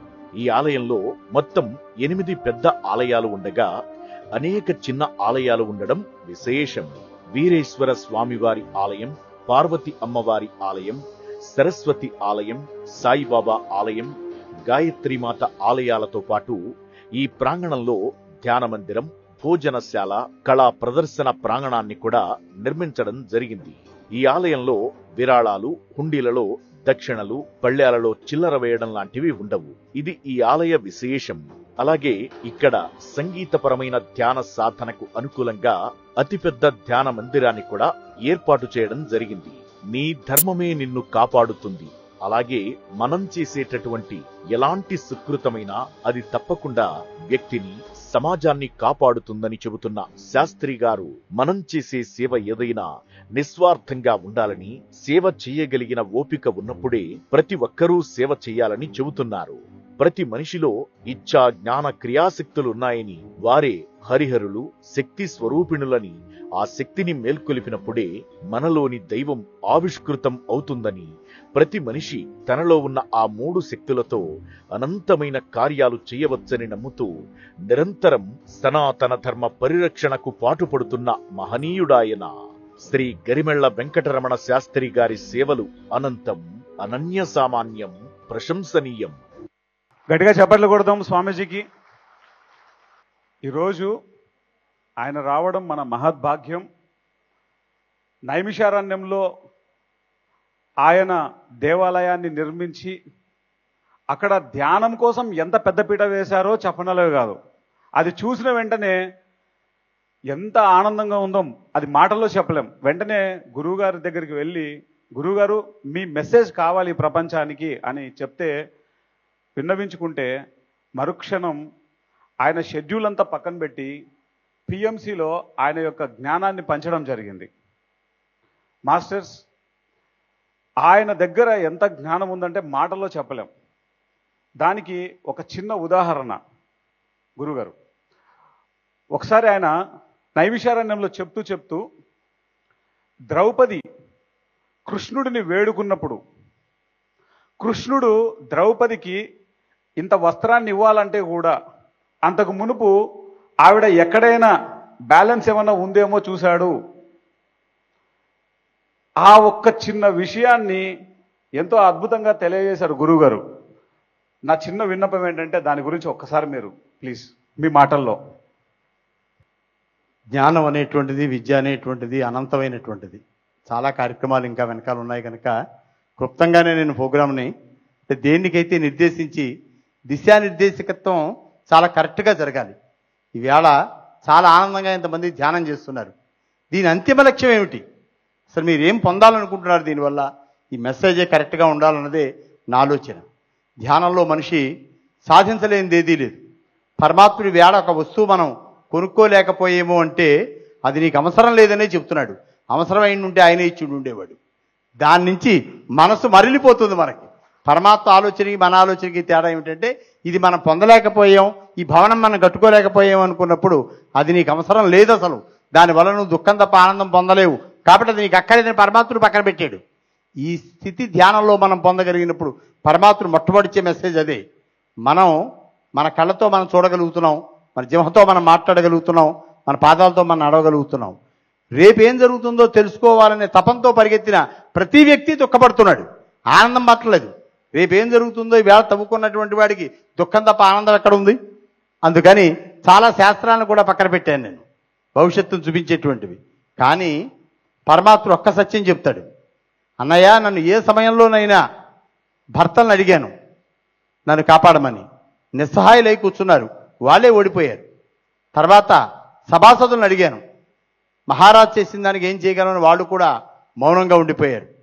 తదుపరి మామగారిని అడిగాను, ధృతరాష్ట్రుణ్ణి. అడిగినప్పుడు అమ్మా నేను అంధుణ్ణి కదా, గుడ్డివాడిని కదా, నాకేం కనపట్టలేదు అన్నాడు. ఆయన గుడ్డివాడు కాదు, పిల్లలు చేసే ప్రతి తప్పుని మా అబ్బాయి అలాంటి వాడు కాదు, వాడు అలాంటి పనులు చేయడు, వాడు వేళ ఆ ప్రదేశానికే రాలేదు అని చెప్పే ప్రతి తండ్రి ధృతరాష్ట్రుడే, వాడిని పాడి చేసిన వాడే అవుతాడు. కారణం ఏమిటంటే ఒక్క మాట, నాయనా నువ్వు చేసేది తప్పు అంటే మహాభారతం అవేళ అయిపోయి ఉండేది. ఆ మితిమీరినటువంటి పుత్రవాత్సల్యం అంధత్వాన్ని ఇచ్చి ధృతరాష్ట్రుడి చేత మాట మాట్లాడించలేదు. ఆఖరికి మనం కూడా అన్ని ప్రయత్నాలు చేస్తాం, ఎవరికన్నా ఇబ్బంది కలిగితే భగవంతుడి దగ్గరికి కూడా పరిగెడతాం. ఆఖరిని ఒక్క మాట, అన్యథా శరణం నాస్తి త్వమేవ శరణం మమ, నువ్వు తప్ప నన్ను కాపాడగలిగిన వాడు ఎవ్వరూ లేరు అనే స్థితికి మనం ఎదగలిగినాడు మాత్రమే పరమాత్మ యొక్క అనుగ్రహం మన మీద పరిపూర్ణంగా ఉంటుంది. చాలామంది చెంచలం ఒక స్వామికి ముడుపు కడతారు, పని బాపతి ఇంకో స్వామికి కడతారు, అది అబాపతి ఇంకో స్వామికి కడతారు. ఇంతే నా జీవితం అంటే, నిమిషానికి ఒకసారి దేవుణ్ణి మార్చడమేనా ధర్మం అంటే. కానీ పరమాత్ముడు మనలో మార్పు కోరుకుంటున్నాడు. అందుకని కృష్ణుని వేడుకుంది, తన నిస్సహాయురాలుగా మిగిలిపోయింది, తనకి ఏ ప్రతిఘటన చేయలేదు. ఇంకా రెండు చేతులు ఇలా ఉంచి తల పైకి పెట్టి చేతులు కూడా పైకి పెట్టి గిరగా తిరగడం మొదలుపెట్టింది. ఎన్ని వస్త్రాలు లాగినా దుశ్శాసనుడు అనంతమైన వస్త్రాలు వస్తూనే ఉన్నాయి. ఏమిటా అని ఆశ్చర్యపోయారు అందరూ. ఆశ్చర్యపోతే ఆవిడ కృష్ణా అంటూ కళ్ళు మూసు కళ్ళ వెంట నీళ్ళు వస్తున్నాయి, దుఃఖంతో ఆనందంతో కూడా వస్తున్నాయి. వీళ్ళు ఎంత అవమానపరచాలనుకున్నా పరమాత్ముడు ఉన్నాడు కనుక నాకు అసౌకర్యం కలగలేదు, ఆయనే కాపాడాడు. దేవుడి యందు ఎలాంటి నమ్మకం ఉండాలో ద్రౌపది చెప్పింది, పరమాత్మ యందు మనకు ఎలాంటి నమ్మకం కావాలో. అప్పుడు దుశ్శాసనుడు అలిసిపోయి పడిపోయాడు పక్కకి. ధృతరాష్ట్రుడికి భయం వేసింది. పరమాత్మనే ప్రసన్నం చేసుకున్నటువంటి తల్లి కనుక నోరు తెరిచి ఏదన్నా మాట్లాడితే నా కుమారులు నా రాజ్యం ఏమైపోతుందో అని భయపడి ఆపండి ఇంకా అన్నాడు. ఒక్క మాట అప్పుడు అన్నాడు, ఇదే ప్రళయానికి దారి తీస్తుందో అనుకున్న తర్వాత కృష్ణుడి దగ్గరికి వచ్చింది. అన్నా ఏ టైంలో నువ్వు నన్ను కాపాడాలో పరమాత్మగా నీకంటే ఎక్కువ తెలిసిన వాళ్ళు ఎవరున్నారు? నన్ను శీల సంరక్షణ చేసేవన్నయ్యా, జన్మ జన్మలకి నీ రుణం నేను తీర్చుకోలేను అని ఏడిస్తే ద్రౌపది భుజం నివిరి అన్నాడు. ఒక్క మాట అన్నాడు కృష్ణ పరమాత్మ, అమ్మా నేను నీకే సహాయం చేయలేదు, నువ్వు చేసిన ధర్మం నిన్ను కాపాడింది. ఏమిటన్నయ్యా ధర్మం అంది. అమ్మా పాండురాజుకు పిండ ప్రదానం చేద్దామని పాండవులతో సహా నువ్వు కూడా సరయూ నదికి వెళ్ళావు. అక్కడ ఒక ఋషి ఉన్నాడు, నీ జ్ఞాపకం ఉందో లేదో. ఆ ఋషి నదిలో స్నానం చేయడానికి తెల్లవారుజామున దిగాడు. సరయూ నదిలో నీళ్లు చాలా చల్లగా ఉంటాయి. ఆయనకు ఉన్నటువంటి గొప్ప ఆభరణాలు ఏమిటి అంటే కౌపేయం, ఒక గొచ్చి కూడా తప్ప ఆయనకి ఏమి ఉండదు. ఋషులంతకంటే కోరుకోరు కూడా. అందుకని ఆ కౌపేయం చన్నీళ్లలో ఎటు కొట్టుకుపోయిందో తెలియలేదు ఆయనకి, స్పరిసిపోయింది. 9 దాకా ధ్యానం చేసాడు, 10 అయింది. పైకి వద్దామనుకునేటప్పటికీ తెల్లవారిపోయింది. కళ్ళు అప్పుడు తెరిచాడు ఆయన, కానీ పైకి రాలేకపోతున్నాడు. ఎందుకంటే వస్త్రాలు లేకుండా ఎలా వస్తాడు? సిగ్గుగా ఉంది ఆయనకి. కళ్ళు మూతలు పడుతున్నాయి. మళ్ళీ తెరుస్తున్నాడు, 12 అయిపోయింది. ఏ రకమైన ఆహారం లేదు ఆయనకి. ఆ టైములో ఆ ఋషి పేరు భరద్వాజుడు. పాండవులు కూడా వచ్చింది ద్రౌపది. వచ్చి ఏమిటి ఈ ఋషి తపస్సు చేస్తున్నాడా, వాళ్ళేదో పితృమ్యాసం చేస్తున్నారు పాండవులు 5గురు, మరి ఇప్పుడు ఖాళీగా ఉంది వెనకాల. అటు ఇటు చూస్తుంటే ఈ మహర్షి కనపడ్డారు ఆవిడికి. కనపడి ఇలా ఇలా చూసేటువంటిది ఏమై ఉంటుంది, నేను పొందుతున్న బాధ, తపస్సు చేయటం లేదు, ధ్యానం చేయటం లేదు, కళ్ళు మూస్తున్నాడు తెరుస్తున్నారు అంటే ఏదో బాధ, ఏ బాధ అయిన ఉంటుంది అని విజ్ఞతతో ఆలోచిస్తే బహుశా బట్టలేవేమో ఆయనకి, అందుకే రాలేకపోతున్నారు అని గుర్తించి తన చీర కొంగులో 6 గజాలు ఉన్న చీర కొంగులో ఒక అరగజం మొక్క చింపి నీళ్ల పైకి పట్టుకెళ్ళి వేసింది. అది కొట్టుకొచ్చి భరద్వాజుడు మెడలో పడింది. భరద్వాజుడు అనుకున్నాడు, పరమాత్ముడు ఎంత దయాసముద్రుడు, నేను ఇంకా కొద్ది గంటలు నీళ్ళలో ఉంటే ప్రాణం ఉండేదో పోయేదో, కానీ నాకు ఎంత అవసరమో, ఎంతవరకు నా దేహాన్ని కాపాడుకుంటానికి ఇది అవసరమో అంత వస్త్రాన్ని నాకు నా మెడలో పడేలా చేశాడు పరమాత్మ అని ఆ కౌపేయం పెట్టుకుని ఒడ్డు మీదకి వస్తే ఎదురుగుండా ద్రౌపది కనపడింది. ద్రౌపది కనపడితే ఒక చిరునవ్వు నవ్వాడు. నవ్వి అన్నాడు, సుఖీభవ అన్నాడు. ఆవిడ ఏమీ మాట్లాడలేదు, ఆయన ఇంకేం మాట మాట్లాడలేదు, వెళ్ళిపోయారు. కృష్ణుడిని, కృష్ణా నన్ను కాపాడు, నువ్వు ఆత్రత్రాణ పరాయణుడివి అని ద్రౌపది ఏడ్చినప్పుడు కృష్ణుడు నిస్వార్థంగా ఎప్పుడైనా ఎవరికన్నా ఈవిడ ఒక జాండ కొంగు ముక్కన్న ఇంట్లో ఉన్న వస్త్రం దానం చేసిందా అని ఫస్ట్ ఆలోచించాడు. ఈవిడ కర్మ సంబంధమైనటువంటిది ఆలోచించాడు. నిస్వార్థంగా ఎవరికన్నా ఎప్పుడైనా సేవ చేసిందా? ఈవేళ మన దేవాలయానికి వెళ్ళి అవి కావాలి, ఇవి కావాలి, ఇవి కావాలి, అవి కావాలి మనం 10 సార్లు స్వామి ముందు బాధపడితే ఆయన కూడా నీకు ఓపిక ఉన్నప్పుడు నిస్వార్థంగా ఎవరికైనా ఏమన్నా చేసేవా? మొట్టమొదటి ప్రశ్న వేస్తాడు. యమధర్మరాజు కూడా ఒక ప్రశ్న వేస్తాడు, నీకు 80 ఏళ్ళు జీవితం ఇచ్చాను, హాయిగా తిన్నావు, సుఖంగా పడుకున్నావు, ఒక్క 5 నిమిషాలు పరమాత్మ గురించి నువ్వు ధ్యానం చేయగలిగేవా? నువ్వు ధ్యానం చేస్తే నీ వెనకాల నేనున్నాను. రామదాసుని అడుగుతుంది, అన్ని దెబ్బలు కొడుతుంటే ఏమిటి మహాత్మా రామచంద్ర, ఆ బక్క ప్రాణి ఆ రామదాసు ఏడుస్తున్నాడు, అతను కాపాడొచ్చు కదా, అన్ని దెబ్బలు తింటుంటే ఎందుకు చూస్తున్నారని అడిగితే, దేవి వాడు కొట్టే దెబ్బలన్నీ నిజంగా వాడే తింటే 2 కరుచికర దెబ్బలకే హరి అన్ను, కానీ ఆ దెబ్బలన్నీ ఇప్పటిదాకా వాడు దెబ్బ కొట్టాడు ఏమంటున్నాడో తెలుసా? రామానికి ఆకేశ్వరుడు నన్ను, ఇదిగో నా వీపు చూడో జారన్నాడు. ఆ కొట్టిన దెబ్బలన్నీ నేను వీపేది ఉన్నాయి.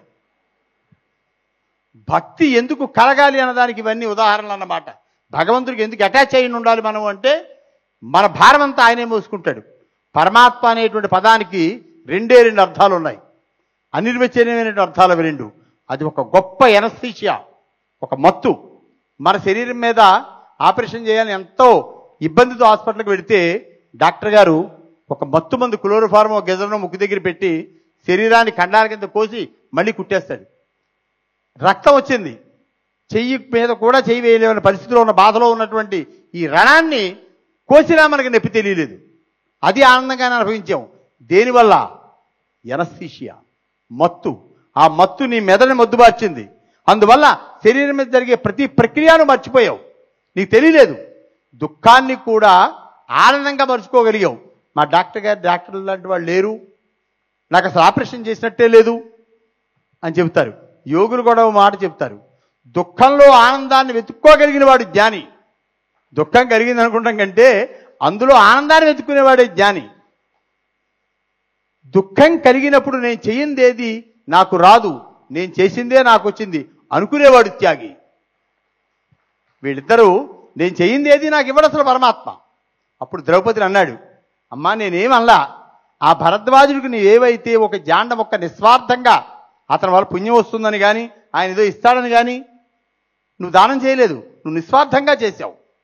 కాబట్టి ఆ నిస్వార్థమైనటువంటి ఈ దానం అక్షయమవుగాక అన్నాను నేను అన్నది ఏమిటంటే, నువ్వు చేసిన దానం అక్షయమవుగాక, ఇది ఒక్కటే పరమాత్మ అన్నది. అందుకే నీకన్ని వస్త్రాలు వచ్చాయమ్మా, నేర్చింది కాదు అన్నాడు.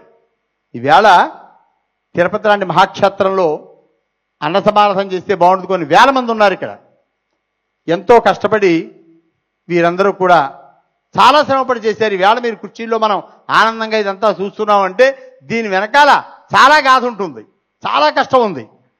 కానీ అంత కష్టాన్ని వాళ్ళు ఫేస్ చేసి అహం వైశ్వానరో భూత్వా, అన్నిట్లకంటే గొప్ప యజ్ఞము అంటూ ఉంటే ఏమిటంటే ఒక జీవిని సంతుష్టిగా తృప్తాస్మహ అని ఆ క్షణంలో ఆనందపరచగలిగింది ఒక ఆహారం మాత్రమే.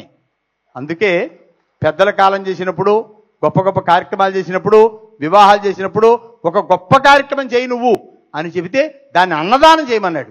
అందుకే భవనం కట్టుకున్నప్పుడు అన్నదానం చేస్తారు, గృహప్రవేశానికి, అమ్మాయికి పెళ్లి అయితే చేస్తారు, ఏదైనా యజ్ఞాలు జరుగుతుంటే అన్నదానం చేస్తారు. ఇవన్నీ కూడా కాకుండా పెద్దవాళ్ళు ఎవరైనా కాలధర్మం చెందితే చేస్తారు, మహాయజ్ఞాలు జరుగుతుంటే అన్నదానం చేస్తారు. ఎందుకని అంటే పరమాత్ముడు నీలో జఠరాగ్ని స్వరూపుడై ఉన్నాడు. నీకు యజ్ఞం చేసి యజ్ఞప్రసాదమే పెట్టక్కల్లా అంత ఆహారం పెడితే అది యజ్ఞంతో సమానం. కాబట్టి ఇంత కష్టపడి వీళ్ళు చేస్తున్నారు ఈవేళ అంటే ఎందుకు చేస్తున్నారు? ఒక వ్యక్తి కూడా దీన్ని స్థాపించినటువంటి మహానుభావుడు మరొక జన్మ కోసం పరిగెత్తి మళ్ళీ సేవ చేయాలి కాబట్టి మరొక చోట అవతరించే సమయం మధ్యలో ధర్మం బతకాలి, వారి యొక్క ఆశయం బతకాలి. అందుకని ఇంతమంది కంకణం కట్టుకుని వేళ గ్రామ గ్రామాలకి వెళ్ళి అందరినీ జాగృతం చేసి మీరు ధ్యానవంతులుగా మారండి. మీరు మా కోసం ఏం చేయక్కర్లేదు, మీకోసం మీరు ఆలోచించండి. పత్రిది చెప్పింది అదే, నిన్ను తెలుసుకో, తర్వాత మిగిలిందంతా తెలుసుకుంది. కానీ ఇదే తత్వాన్ని ప్రబోధిస్తూ ఇప్పటిదాకా కార్యక్రమాలను నడుపుకుంటూ వచ్చారు. ఇంత మంచి సేవ ఇది ఒక అఖండ భారతం వరకే కాకుండా ఇందాక కొన్ని వాటికాన్ సిటీ గురించి కొన్నిట్ల గురించి కూడా చెప్పారు. చాలా చోట్ల న్యూజెర్సీలోను అనేక చోట్ల ఇప్పుడు రామచంద్రమూర్తి అలాంటి వాడు ఇలాంటి వాడు అని విమర్శించేటువంటి మూఢాచారం ఉన్న దేశంలో ఒక కటౌట్ వేశారు లాస్ ఏంజల్స్లో. ఎంత కటౌట్ అంటే 30 అడుగుల కటౌట్. అది ఎందుకు వేశారు అంటే ఎయిడ్స్ వ్యాధి వచ్చినప్పుడు ఒక కటౌట్, అది ఏకపత్ని వ్రతం పాటించండి, ఎయిడ్స్కి దూరంగా ఉండండి అని అమెరికాలో రాశారు, ఎక్కడ కాదు. రామచంద్రమూర్తి ఎక్కడ ఆదర్శవంతమైన వాడో చూశారా? ఎందుకని అంటే ఆ ధర్మం ఆ వేళంత గొప్పది. అలాంటి ధర్మాన్ని వేళ వీడి బుధస్కంధాల మీద వేసుకుని వీరందరూ కూడా ఒక మంచి కార్యక్రమాన్ని రూపకల్పన చేసి, అందరూ నాకు పరిచయం లేకపోయినప్పటికీ ఉన్న కొద్ది సమయంలోనే కొద్ది మందితోటి మా ఆనందం ద్వారా అందరం ధ్యానం వీడు అక్కడ పెట్టుకుంటాం. ముఖ్యంగా నైమిషారణ్యంలో నేను ధ్యాన మందిరమే కట్టాను. అక్కడ సప్త మహర్షుల్ని ప్రతిష్ఠించాను మొన్న. 42 అడుగులు శ్రీమన్నారాయణమూర్తి ఏకశిల, 42 అడుగులు అమ్మవారు, 18 అడుగులు ఏకశిల శ్రీమన్నారాయణమూర్తి వెంకటేశ్వర స్వామి. ఇలాంటివి అనేక ఆరామాలు కట్టేటువంటి అన్నీ అందులో ఉన్నాయి. ఎందుకంటే నా కోసం కాదు, ఆలయాలు ఉన్నంతకాలం నేను ఉండను. కానీ ఈవేళ మా ఆరామాలు ఉన్న ఏ చోటకన్నా ఏ వ్యక్తి అన్నా వచ్చి కాశీ వెళ్ళి చూస్తే ఆహా, ప్రపంచంలోనే 3 అడుగులు 9 అంగుళాలు ఉన్న ఏకైక ఆత్మలింగం కాశీలో మన పీఠంలో ఉంది. పరమాత్మ నాకు అది అనుగ్రహించాడు. అలాగే నైమిషారణ్యంలో ఎక్కడా లేనటువంటి 42 విగ్రహాలు, 29 దేవాలయాలు ఒక్క క్షణంలో ప్రతిష్ఠ చేసిన పుణ్యధామం అది. ఎక్కడికి నాకు ఇంకా సంతృప్తి కలగలేదు. మొన్నే మార్చి 10ని సప్తమహర్షులతోటి, అష్టభైరవులతోటి, శ్రీదేవి భూదేవి సమేతమైన 18 అడుగుల శ్రీమన్నారాయణమూర్తి ఏకశిలా విగ్రహాన్ని మన మార్చి 10ని మళ్ళీ ప్రతిష్టాపన చేశాం. మంచి ధ్యానమందిరం కట్టాం. వచ్చిన వాళ్ళందరూ ఏం చూసాం వెళ్ళిపోయామనే ఆలోచనలో ఉండడం కంటే 10 నిమిషాలైనా స్వామి ముందు కూర్చొని ధ్యానం చేసుకుంటారని. వాడు మాకేం అక్కర్లేదు. మా ఏ పీఠంలోనూ ఆర్య సేవలు ఉండవు, డిబ్బీలు కానుకలు పళ్ళాలు ఎవరిని పట్టించుకోం. పరమాత్మ తప్ప నేను పట్టించుకోవాల్సిన పని ఏం లేదు, ఆయన ఒక్కనే పట్టించుకోవాలి మనం చేసేది కరెక్టా కాదా అని. కాబట్టి అలాంటి ఆలోచనలో కట్టేం కనుకే 300 ఆరామాలు కట్టించాడు ఆయన, 1-2 కాదు. మరి మనం కట్టామంటే అలాగా మన ఆశయం గొప్పదై ఉండాలి. అలాగే ఈ సంస్థ యొక్క ఆశయం గొప్పది. అనేక మందిని జాగృతం చేసి ఇంతమందిని ముందుకు తీసుకెళ్ళి ధ్యాన మార్గంలో, నేను పేదవాడిని, హుండీలో డబ్బులు ఇవ్వలేకపోయాను, లేదా చేయించలేకపోయాను, ఈ బెంగ మనకి ఎవరికీ అవసరం లేదు. కేవలం నీకు నువ్వుగా నిత్యానందం పొందాలి అంటే ధ్యాన యోగంలోకి రా. ధ్యాన యోగంలో నువ్వు అన్ని ఆనందాలు ఈ ధనం కంటే, ఈ రూపం కంటే, ఈ ప్రజల యొక్క పొగడత కంటే అచించలమైనటువంటి ఇంకా గొప్పదైన బ్రహ్మానందం నువ్వు అనుభవించగలుగుతావు అని చెప్పింది ధ్యాన యోగం మాత్రమే. కాబట్టి నేను కూడా దానికే దగ్గరగా జరుగుతున్నాను. ఓపుకున్నాళ్ళు కష్టపడ్డా వయోధర్మం పాటించాలి. అందుకని నా ధర్మంలో నేను అపారమైన సేవ చేశాను. నా 15వ సంవత్సరం నుంచి మొట్టమొదటి దేవాలయం హరిజనపేటలో కట్టాను, రామాలయం నేను. ఎందుకంటే భగవంతుడు అంటే నావాడు అనేటువంటి ఫ్రీడమ్ ఫైటర్స్ కావాలి. భగవంతుడు నావాడనే భావన ఉండాలి ఇప్పుడు మనకి. అందుకని అక్కడి నుంచే సంస్కారం మొదలైంది. అనేక సంస్కారాలు చేసుకొచ్చాం హైందవ ధర్మం కోసం, మనుషులు ఆనందంగా జీవించడం కోసం. అంత మహోత్కృష్టమైన యాగంలో ఎక్కడా నా గోత్రం కానీ, నా పేరు కానీ, నా నక్షత్రం కానీ ఏ బ్రాహ్మణకి తెలియదు. కొన్ని కోట్లు ఖర్చు పెట్టి చేసాం ఆ యాగం. మరి ఎవరి కోసం చేసినట్టు? ప్రపంచ శాంతి కోసం చేశాం, నా కోసం చేయలేదు. నేను శాశ్వతంగా ఉండాలని నేను కోరుకోను. ఆయన ఎప్పటిదాకా టైం ఇస్తే అప్పటిదాకా ఈ బొమ్మ అటు ఇటు తిరుగుతూ ఉంటుంది, అంతవరకే మనం చేసేది. కానీ ఈ సమయంలో ఏం చేయగలిగామనేది ముఖ్యం కనుక అలాంటి మంచి అవకాశాన్ని పరమాత్ముడు ఇచ్చారు. మీరు కూడా సమయాన్ని వృధాపరచుకోకుండా ఆఖరి సందేశంగా చెప్పేది ఒకటే, ఇంతమంది ఇక్కడ ఒక చోట ఆశీనులై కూర్చున్నారు, ఏకాగ్రతగా వింటున్నారు. జీవితాన్ని కొంచెం మార్పు తీసుకోండి, ధ్యానం కేసి అడుగులు వేయండి. పిల్లలు పెద్దవాళ్ళు అయిన తర్వాత కొడుకు విసుక్కున్నా, మనవలు విసుక్కున్నా, లేకపోతే ఒకవేళ చేయలేక భార్య విసుక్కున్నా, ధనం పోయినా, రూపం పోయినా, మీరు నేనే ముఖ్యం అని నమ్ముకున్నా, మీ శరీరం మీద సహకరించకపోయినా మిమ్మల్ని ధ్యానము అనేటువంటిది మిమ్మల్ని ఎప్పుడూ కాపాడుతుంది. మీరు ఎప్పుడు నిత్య యవ్వనంగా ఉంటారు, ఆనందంగా ఉంటారు. బాధ అనేది మీ దగ్గరికి రాదు అసలు. అలాంటి గొప్ప రాజయోగము అంటేనే ధ్యాన యోగంలో ఉంది. వాడు రాజు కాదు, అయినప్పటికీ ధ్యాన యోగంలో రాజు ఎలాంటి ఆనందాన్ని, ఎలాంటి భోగాన్ని అనుభవిస్తాడో ఈ రాజయోగంలో, ఈ ధ్యాన యోగంలో అలాంటి స్థితిని మనం పొందొచ్చు అనే దానికే ఈ యొక్క ప్రపంచ శాంతి కోసం చేసినటువంటి ఈ ధ్యాన మహాయజ్ఞం. అందుకని మీరందరూ దీన్ని ఆచరించండి. మీలాంటి వాడిని కొన్ని వేల మందిని తయారు చేయండి. సనాతన ధర్మాన్ని బతికించండి.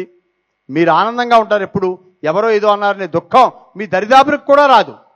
నాకు ఇంత వయసు అయిపోయిందని బెంగ కూడా మనకు అక్కర్లా. ఎందుకనంటే ఇంతకంటే మించి ఎక్కువ సమయం లేవలేని సమయంలో ఉన్నామనుకోండి, దుఃఖం తప్ప ఆనందం ఎక్కడ ఉంది? ఇవాళ కూడా తండ్రి గారిని చాలా దుర్భాషలు మాట్లాడాడు అశ్వత్థామ. అందరూ మామూలుగా వయోధర్మం అయిపోయి 70 ఏళ్ళకో 80 ఏళ్ళకో 90 ఏళ్ళకో పోతే బాగుండేది, నన్ను చిరంజీవిగా ఉండాలని వరమిచ్చావు నువ్వు. ఈ శరీరం సృష్టించిపోయింది, దుర్గంధం వచ్చింది, లెప్రసీ వ్యాధితో బాధపడుతూ ఎంతకాలం ఉండాలి నేను, అక్కలేని దేహం అని. ఇప్పటికి కూడా జమ్మూ కాశ్మీర్ కొంత ఏరియా ఉంది, గండ్రోలా అని, ఇంత పసుపు నువ్వుల నూనె బయట పెడతారు మత్తిప్రందులు వేసి, అశ్వత్థామ వచ్చి ఒంటికి రాసుకుంటాడని నేను నా కళ్ళతో చూశాను. ప్రతి ఎవరి ఇయర్ పీఠానికి ఎడతాను. అక్కడ జమ్మూ కాశ్మీర్ వెళ్ళినప్పుడు ఆ గండ్రోలాలో కనపడుతూ ఉంటాయి ఇవన్నీ చిన్న చిన్న పర్వతాల్లో. ఆయన వచ్చి తీసుకువెడతాడు అన్నది వాళ్ళ యొక్క నమ్మకం. అంటే ఒకానొక సమయంలో పరమాత్మ ఇచ్చింది కాకుండా కొత్తగా మనం ఏది పొందాలన్నా అది దుఃఖం తప్ప ఆనందం మాత్రం కాదు. కాబట్టి ఈ సత్యాన్ని గ్రహిస్తే మీకు నిత్యాత్వం వస్తుంది. ఎందుకు చెప్పాను ఇదంటే, మనం సంపాదించేది ఏదీ శాశ్వతం కాదు అసలు. ఈ డబ్బు కానీ, ఈ రూపం కానీ, ఈ పదవి కానీ, ఇవేవి మనలో ఉండే ఓపిక కానీ ఏదీ శాశ్వతం కాదు. శాశ్వతమైంది పరమాత్మ కనుక ఆయనకేసి అడుగులు వేసే ముందు ఇవన్నీ వ్యర్థము అని తెలుసుకుంటే కూర్చున్నటువంటి ధ్యానంలో ఉన్నవాడికి వేరే ఆలోచన రాదు, ఇంకా ఆయన మీదే ఉంటుంది దృష్టి ఎప్పుడు. అందుకని అలాంటి ఏకోన్ముఖమైన దృష్టి మీ అందరికీ కలగాలని కోరుకుంటూ సర్వే జనాస్తుకులభం. గురుగారు, ఇక్కడ ఉన్నటువంటి మాస్టర్లు అందరూ కూడా, వీరందరూ పిరమిడ్ స్పిరిచువల్ సొసైటీస్ మూవ్మెంట్లో పత్రి సార్ తర్వాత పునాది రాళ్ళు. వీళ్ళంతా ఈ పిఎస్ఎస్ఎం ఇలా డెవలప్ అవడానికి కారణమే వీళ్ళంతా మా మాస్టర్లు, గొప్ప మాస్టర్లు. అయితే ఒక నిమిషం అమ్మా, స్వామీజీ గురించి మీకు ఒక చిన్న విషయం చెప్తాను. అంటే ఆయన ఏంటో మీకు అర్థమవుతుంది. ఆయన ఫార్మా కంపెనీ వాళ్ళకి ఒక చిన్న ఫార్ములా ఇచ్చారు. ఆ ఫార్ములాతో కొన్ని వేల కోట్లు వాళ్ళకు వస్తే, 100 కోట్లు వాళ్ళకు వస్తే, ఆ వచ్చినటువంటి ఆ డబ్బు నుంచి కొన్ని కోట్ల రూపాయలు, సమ్ 100 crores అబౌవ్, ఆ మనీని తీసుకొచ్చి స్వామీజీకి ఇస్తే ఆయన తృణప్రాయంగా తీసుకెళ్ళిపోమని చెప్పారు. ఆయన కెపాసిటీ, ఆయన క్యాపబిలిటీ, ఆయన నేను అది విన్నప్పుడు ఒక క్షణం పాజ్ అయిపోయింది. అట్లా ధ్యానానికి ఆయన ఇచ్చేటువంటి ఇంపార్టెన్స్, ధ్యాన యోగంకి ఆయన ఇచ్చేటువంటి ప్రాముఖ్యత, ఇది తెలిసిన మరుక్షణం స్వామీజీ వారిని వేడుకున్నాను, స్వామీజీ మీ యొక్క మెసేజ్ ఈ ప్రపంచానికి కావాలి. అనుభవపూర్వకమైనటువంటి జ్ఞానం, ఆ వ్యక్తి మాట్లాడేటువంటి వ్యక్తి అనుభవం చెంది మాట్లాడితే ఎదుటి వ్యక్తిలో ఆటోమేటిక్గా ఆ మార్పు మొదలవుతుంది. సో అనుభవం ఉన్న వ్యక్తులు మాట్లాడాలి అన్నదే నా సంకల్పం. ఆ రోజు నైమిషారణ్యంలో స్వామీజీ వారిని కోరుకోవడం, ఆయన వెంటనే దానికి అంగీకరించడం, ఆ ప్రయాణం ఈరోజు ఆచార్య దేవో భవ అని స్వామీజీ ఒక ఎపిసోడ్ టైటిల్ ఇచ్చారు. ఆచార్య దేవో భవ అనేటువంటి ఎపిసోడ్స్లో ఆయన జ్ఞానాన్నంతా పంచారు. ఆయన గట్టిగా చప్పట్లు కొడతాం ఆచార్య దేవో భవ ఎపిసోడ్స్కి. అందరూ తప్పకుండా చూడాలి. ఒకసారి అందరం నిలబడి గౌరవించుకుందామండి గురువు గారిని. మరి మన ధ్యాన కుటుంబం గట్టిగా అందరూ చప్పట్లు కొడదాం స్వామీజీకి. గురువు గారిని గౌరవించుకుందాం. మా గురువు గారికి ఒక మాట ఇచ్చాను, మీరు అన్యదా భావించొద్దు. ఎవరి చేత ప్రత్యేకంగా పాదాలు దండం పెట్టించుకోనని, దండలు వేయించుకోనని, ప్రత్యేకం ఏ రాజకీయ వ్యవహారాల్లోనూ పాల్గొనని, సంతతి లేకపోయినా, నిస్సహాయులైనా, అన్వాంటెడ్గా వచ్చే మనీ అయినా విషంతో సమానంగా చూస్తానని మా గురుదేవుడు పాదాల మీద ప్రమాణం చేశాను నేను. అందుకే ఒక వ్యక్తి 108 కోట్లు పట్టుకొచ్చి నాకు ఇస్తే మీకు ఎవరంటే ఎక్కువ ఇష్టమో ఆ దేవతా విగ్రహాలు ఇచ్చేసేయమని చెప్పాను నేను. అందుకే ఈ వ్యాల్టీ వరకు అన్వాంటెడ్గా ఉన్నటువంటి ₹1 కూడా నా చేతికి ఆ మాలిన్యం నన్ను పట్టుకోలేదు. నా గురించి మా గురువు అంత ఆలోచించారు. ఆలోచించి నన్నుగా నిలబెట్టాడు ఆయన. మన మాసపత్రిక ధ్యాన జగత్, గట్టిగా చప్పట్లు కొడదాం ధ్యాన జగత్ మ్యాగజైన్ కి. స్వామీజీ గారికి గట్టిగా చప్పట్లు కొడదాం.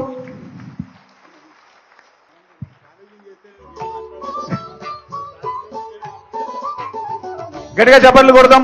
గురువు గారికి గట్టిగా చప్పట్లు.